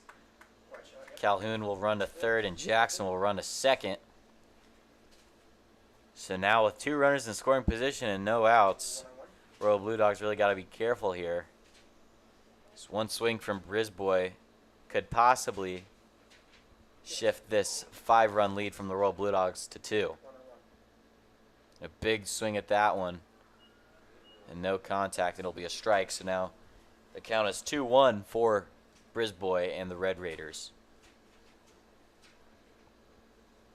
Yeah, no outs here. The Royal Blue Dogs really got to be careful here on defense. They have showed great defense today, but they've had runners in scoring positions from the Red Raiders, but typically it's been with at least 1 out, usually 2 outs. So with no outs, they are in a little bit of danger. And great contact is made from Brisboy deep into left center field. It's hauled in by Silliman, and the Calhoun will run from third to home, score a run for the Red Raiders.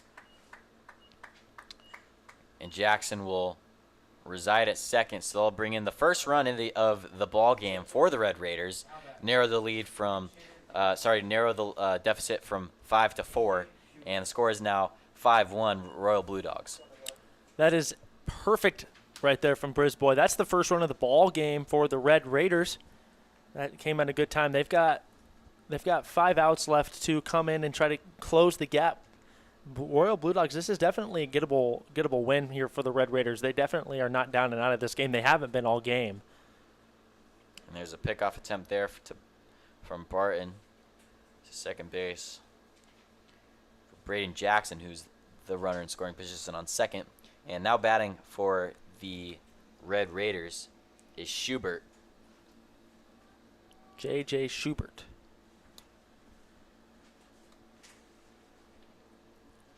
Who is pinch hitting. And Jackson tries to steal a third. He thinks about stealing to home, bring home another possible run for the Red Raiders, but he checks himself and runs back to third, so that'll be a successful stolen base once more for Braden Jackson.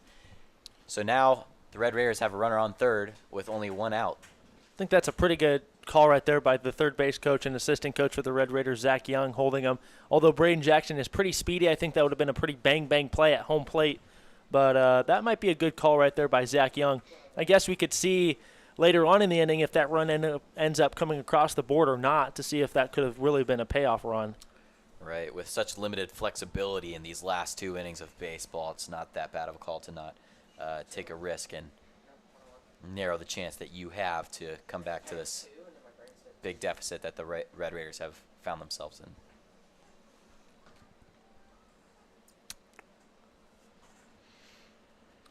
Now with another pitch, that will be a ball. So now 3-0 count for Barton. Barton having given up a run this inning and down to count 3-0s, hoping to bounce back here. He's had such great success in these first 5 innings of play. Now finding himself in a tiny bit of danger here in the 6th. And that will be a strike, so the count's now 3-1 with 1 out in the bottom of the 6th inning here. Got to know that on 3-0 you're going to be getting one of the best pitches you'll see in your at-bat. So we'll see what 3-1 can provide as Caden Barton gets ready to deliver. And that pitch will be a strike, so the count is now full for J.J. Schubert and the Red Raiders.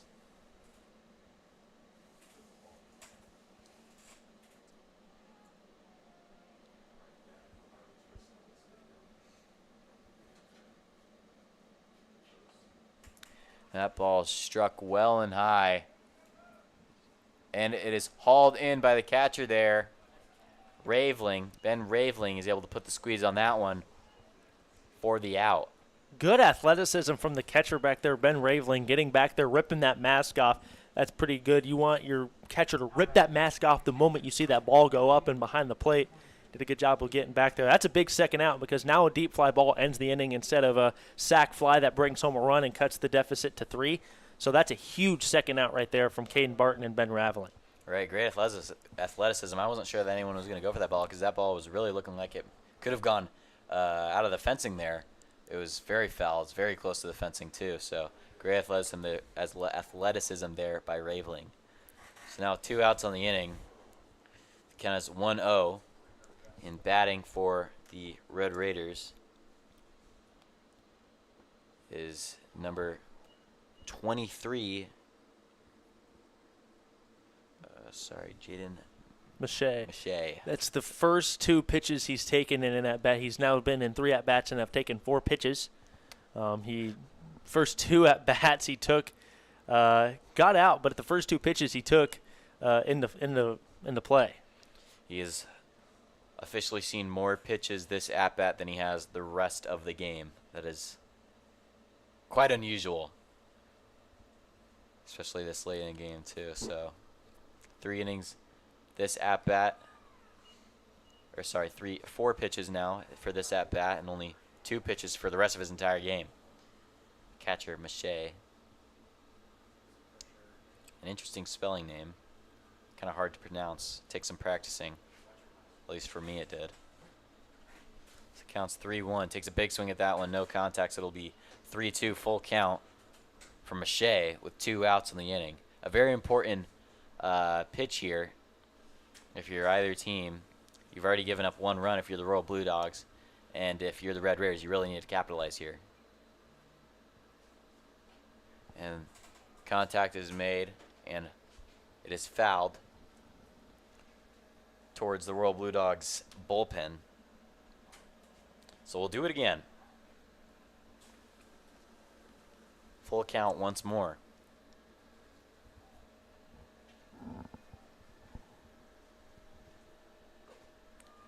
That pitch is high, and Mache will walk.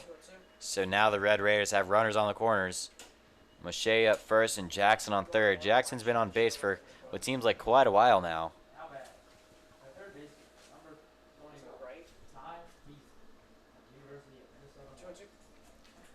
So Ty Beasley's now batting for the Red Raiders.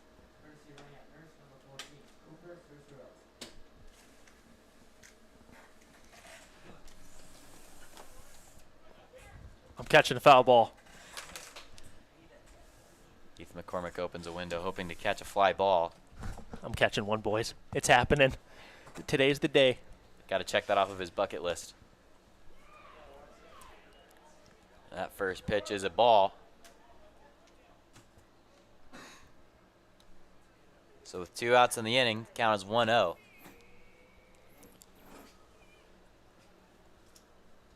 You know the game's getting serious when Ethan McCormick stands up in the press box. It's getting real. It's getting real. We got 1 out and a full inning for both teams left in this game today.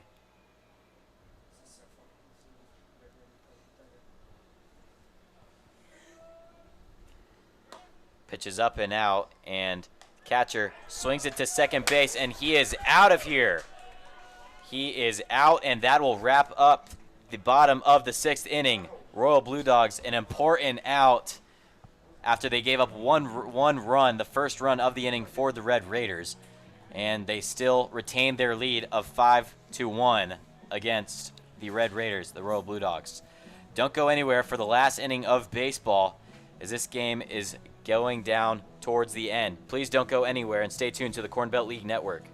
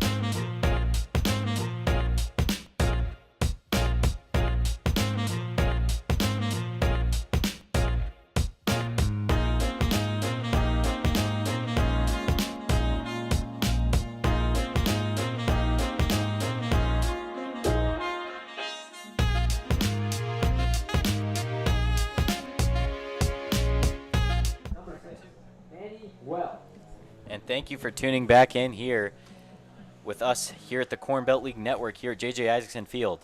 Last inning of baseball for both teams, more than likely, as the Royal Blue Dogs have a 4-run lead to the Red Raiders, 5-1.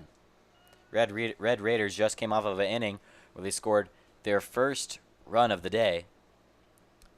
And in that same inning, the Royal Blue Dogs scored a run, which they hadn't scored since the second inning,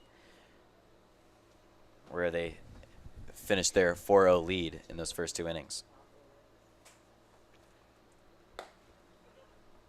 Outside pitch there for Drew Haferkamp, who came in for Josh Ostin, who gave up 4 earned runs to the Royal Blue Dogs.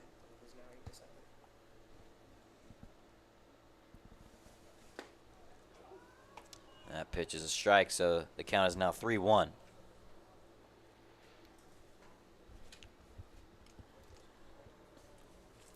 Manny Wells watches that strike go by him for a full count. So first batter in this 7th inning, full count. Takes a big swing at that one, but nothing. So that'll be a K for Haferkamp.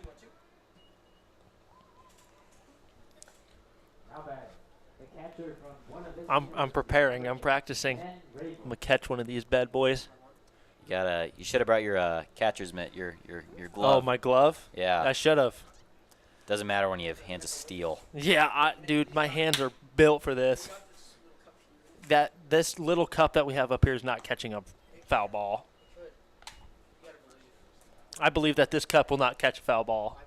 Well, I believe this. Yeah, no, this isn't catching a foul ball. Or maybe could get that Clorox wipes cleaner. Open the lid there, and that's big enough to catch a foul ball. Yeah. Replace a glove. Yeah, I mean, that is big enough 100% to catch a foul ball. A Clorox wipe container, I would agree with that, yeah. Or even have a cheese puffs or cheese ball container? Bucket. Now that is 100% big enough. Yes.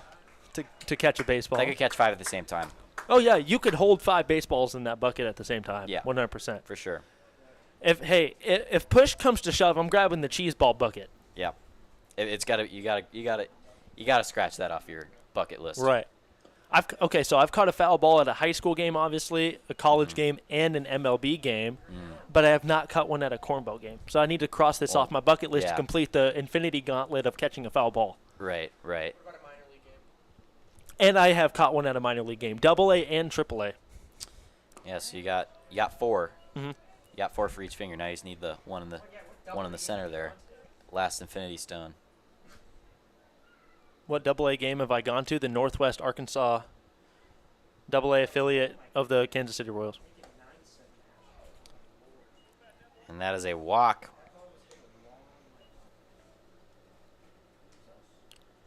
Also, for Raveling.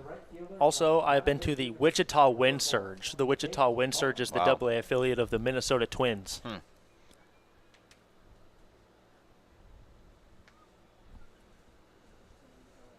So many leagues of baseball, it's hard to keep track. There's a lot. My favorite's the Corn Belt League. The Corn Belt League rivals anything, in my opinion, you know. But I have yet to catch a foul ball, so all right. It's going to happen. One of these days, man, never know. That pitch is down low, and we have a runner from first to second. Raveling steals a base there. Jake Butler defends his ankles there. I've caught myself today accidentally wanting to call Corn Belt League Network Corn Cob TV because Corn Cob TV. Yes, because there's a show I Think You Should Leave, and there's a skit where they have a network, and they're one of their channels is called Corn Cob TV. Okay. I've been saying that and referring to Corn Belt League to my mom because we love that show, and it's very close. Corn Cob TV, Corn Belt League Network. It is pretty decently close. That ball's cracked to the shortstop, who muffles it and is not able to get it to first. So that'll be an error in E6 for the Red Raiders there. So now the Royal Blue Dogs will have runners on first and second. That'll be the Red Raiders' first error of the ball game. They've played a very clean game up until this point, and despite the fact being down 5-1, that being their first error, that's very impressive. This has been a very cleanly played defensive game for both sides here in this one. So TJ Silliman's now up to bat for the Royal Blue Dogs. Tries to take a big chunk at that one. No contact, so it's now an 0-1 count. One thing I like about having this window up in front of us is you get to hear the sounds of the game. It really kind of embraces and enhances the atmosphere that we get. Right. One thing I've always wanted to do, or one thing I've always preached about when it comes to working games like this, is embracing the atmosphere. And that's kind of what the Corn Belt League is all about, right? Yeah, 8 teams, they really embrace the atmosphere. You get a lot of different types of personalities together in one dugout playing together. And it's really fun. You get a lot of different people coming into this league, but they embrace the atmosphere. They embrace Omaha, and we're just blessed enough to get to do that and showcase this talent out here on the field. Right. Such a it's a great community. 8 teams. It's not like you got a full 30 that the MLB has. Everyone knows each other, and we here at the Corn Belt League Network crew, we know all the players too. We're familiar with the same faces, so you really get to know the league all around. So that ball's cracked deep into left center field from TJ Silliman. Runners will shift respectively. So it'll be a base hit single for Silliman. He'll stay on first. Now the bases are fully loaded for the Royal Blue Dogs. It's a great piece of hitting right there by TJ Silliman. Kind of sounded like he chopped at it a little bit, but got it up in the air. Ball dropped. Now he got bases loaded for Carter Washburn. This could be well-earned insurance runs here. Still only 1 out. If you're Carter Washburn, you want to try to keep this ball off the ground. But if you're Drew Haferkamp, you want to try to throw balls that would initiate that double play ground ball. You got to go to the bottom of the 7th with your last chances to bat, keeping this game pretty close. And that ball's grounded to second base. Hitches it to second to retire Silliman and swings it back to first to retire Washburn too on a easy double play for the Red Raiders. And that will wrap up the top of the 7th inning here for the Royal Blue Dogs. We will see the Red Raiders make their final attempt to close the gap that they have against the Royal Blue Dogs in a 1-5 deficit. Please don't go anywhere as this game is coming to an intense finish. Stay tuned to the Corn Belt League Network.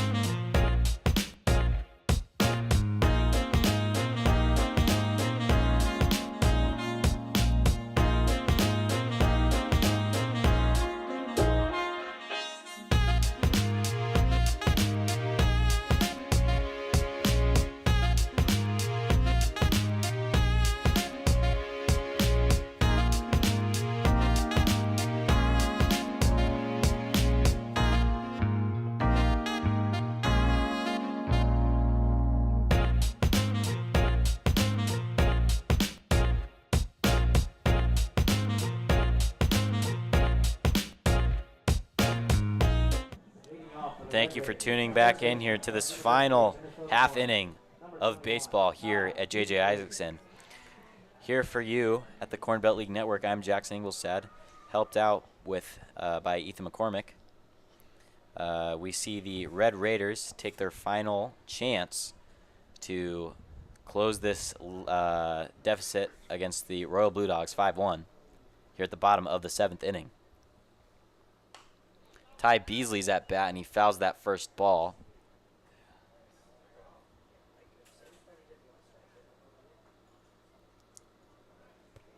Caden Barton is still pitching for the Omaha Royal Blue Dogs. He's likely going to finish out this game, too. He, by the end of this game, will likely have pitched 5 full innings. He's only given up 1 run so far. He gave up 3 hits. So overall, a pretty solid day for Barton. And that ball's grounded to second. It's thrown back to first, and that will retire Ty Beasley. Couple quick pitches right there for Caden Barton, and that's a quick out number 1. The Red Raiders are down to their final 2 outs here in the bottom of the 7th. It's been a fairly clean day for both teams. Only 1 error on both sides, or one error for each team. And, you know, with several runs, several hits, it's been fairly clean baseball tonight. 100% agree, and we got a pitch hitter at the plate. Ty Poor comes up to the plate here, so we'll see if the new fresh face at the plate can give the Red Raiders a spark that they need here in the bottom of the 7th. That first pitch there is a strike, 0-1 count with 1 out in the bottom of the 2nd inning for Ty Poor. And that's another strike. So it's now an 0-2 count for Ty Poor. Caden Barton has consistently painted the plate with that breaking ball. He looks so confident in his command with that breaking ball. Elite. And that ball's cracked to the shortstop, who scoops it up, hits it back to first, does not get him in time. Ty Poor is safe at first for a base hit single. That's great speed getting down the line right there by Ty Poor.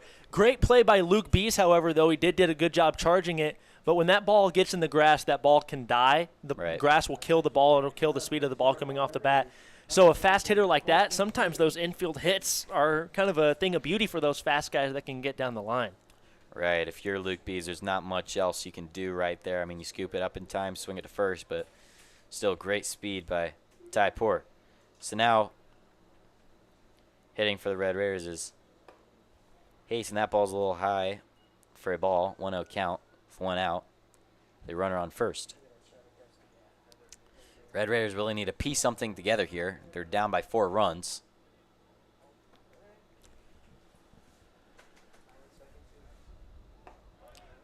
And we got a runner from first, second. Ty Poor steals the base, showing off his speed once more. If that base hit single, if he didn't show you speed enough in that base hit single, you want to make sure he shows you speed and gets his pants a little bit dirty too. Those white pants got a little bit of dirt on them too. Making his mom do laundry. Exactly. Go all game without getting in the game, and then you come in and you got to get dirty. Mrs. Poor probably isn't too happy about that one.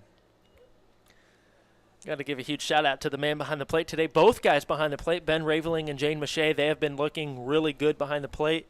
Both catchers making very good stops. Both catchers looking phenomenal out there.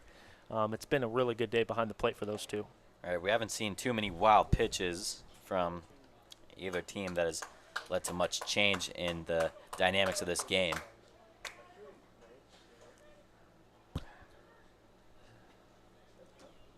So he will be walked to first.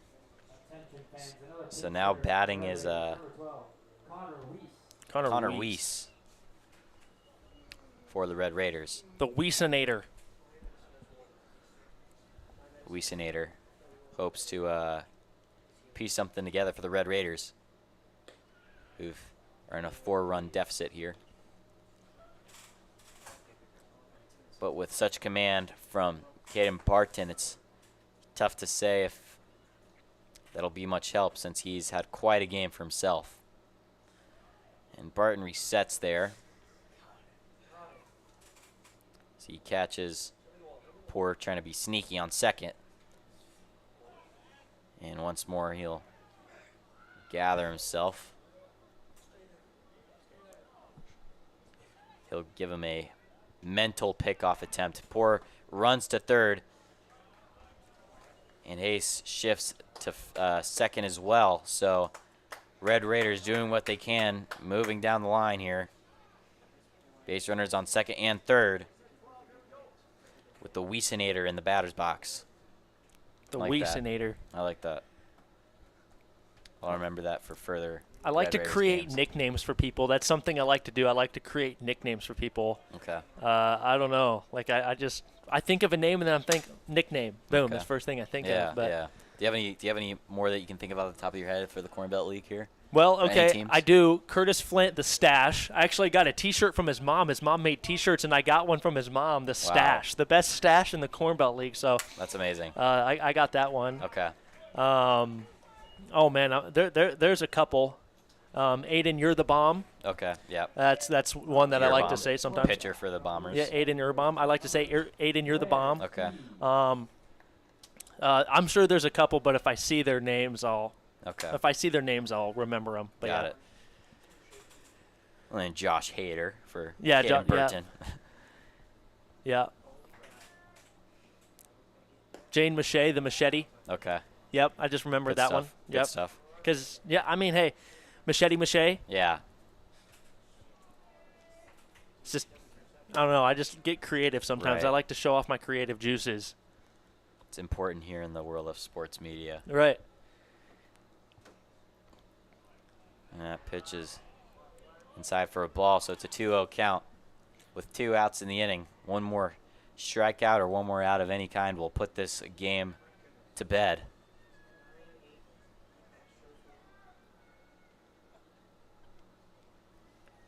Two outs in the bottom of the second inning. 2-0 count. Blake Spees at bat.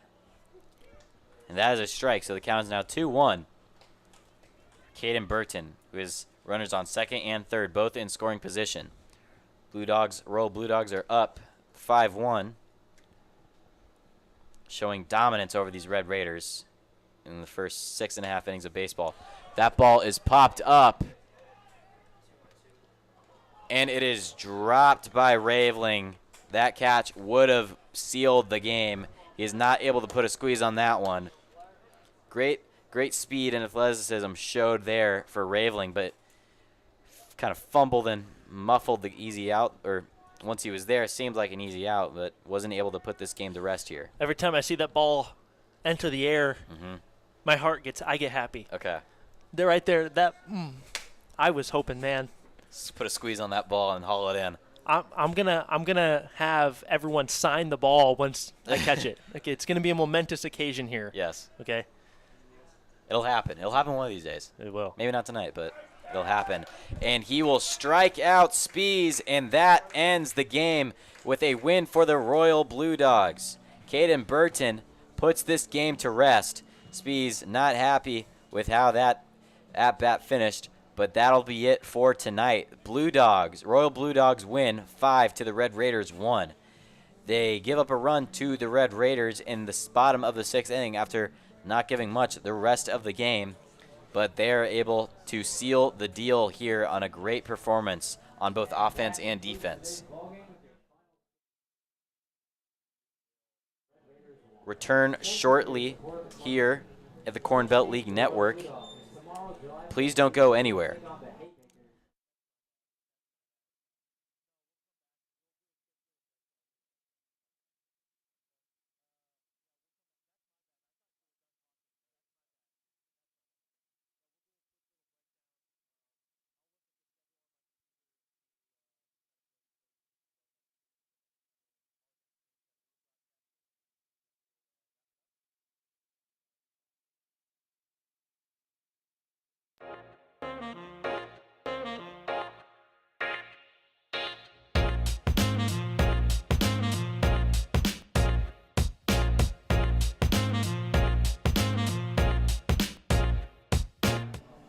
And thank you for tuning back in here to J.J. Isaacson Field, where we just saw the Royal Blue Dogs wrap up a 5-1 victory over the Red Raiders here. The Royal Blue Dogs keep their safe positioning first in standings here at the Corn Belt League. And the Red Raiders, a loss that they did not want to have in a tight middle-of-the-pack sort of standings that they had themselves in here at the Corn Belt. 100%, and that's a big win for the Blue Dogs. They moved to 14-6, and they kind of take sole possession of first place. They're about four games over 500, or 4 games up in first place. for the Red Raiders, they move to 8-12-1, and they will maintain kind of 6th and 7th place there. Like mentioned, we're getting pretty close to playoff time, but let's take a look at two pitchers that rose to the occasion and looked like they were playoff ready. Logan Late-Brinkman and Caden Barton for the Royal Blue Dogs. Logan Late-Brinkman was on kind of a pitch limit or an innings limit, it looked like tonight. Went 2 innings, and he had 1 hit, 1 walk, 1 strikeout. And the winning pitcher today goes to number 24, Caden Barton, who threw and shoved 5 innings, got the win tonight. 4 hits, 6 walks, 5 strikeouts, 1 earned run as Caden Barton came in and really shut down the Red Raiders, In terms of hits, it was really a solid spread of hits amongst the Blue Dogs today. But one name that really pops into mind here is Carter Washburn, who had a 2-for-4 day with 2 singles and 2 RBIs, led the way offensively for the Royal Blue Dogs. And then when you take a look at the upcoming schedule for the Blue Dogs, they play tomorrow night at Iowa Western Community College against the Haymakers. And then for the Red Raiders will be playing here at Seymour Smith. We'll actually be broadcasting that game as they play the Omaha Filth Ballers at 5 p.m. right here at Seymour Smith. And like mentioned, we'll have the game right here on our YouTube page. Yeah, it's great stuff right there. And the Royal Blue Dogs with this win desperately needed that after they had a losing streak of 3 games. So a lot of momentum regained back there. And that'll be it for the broadcast here tonight at the Corn Belt League Network.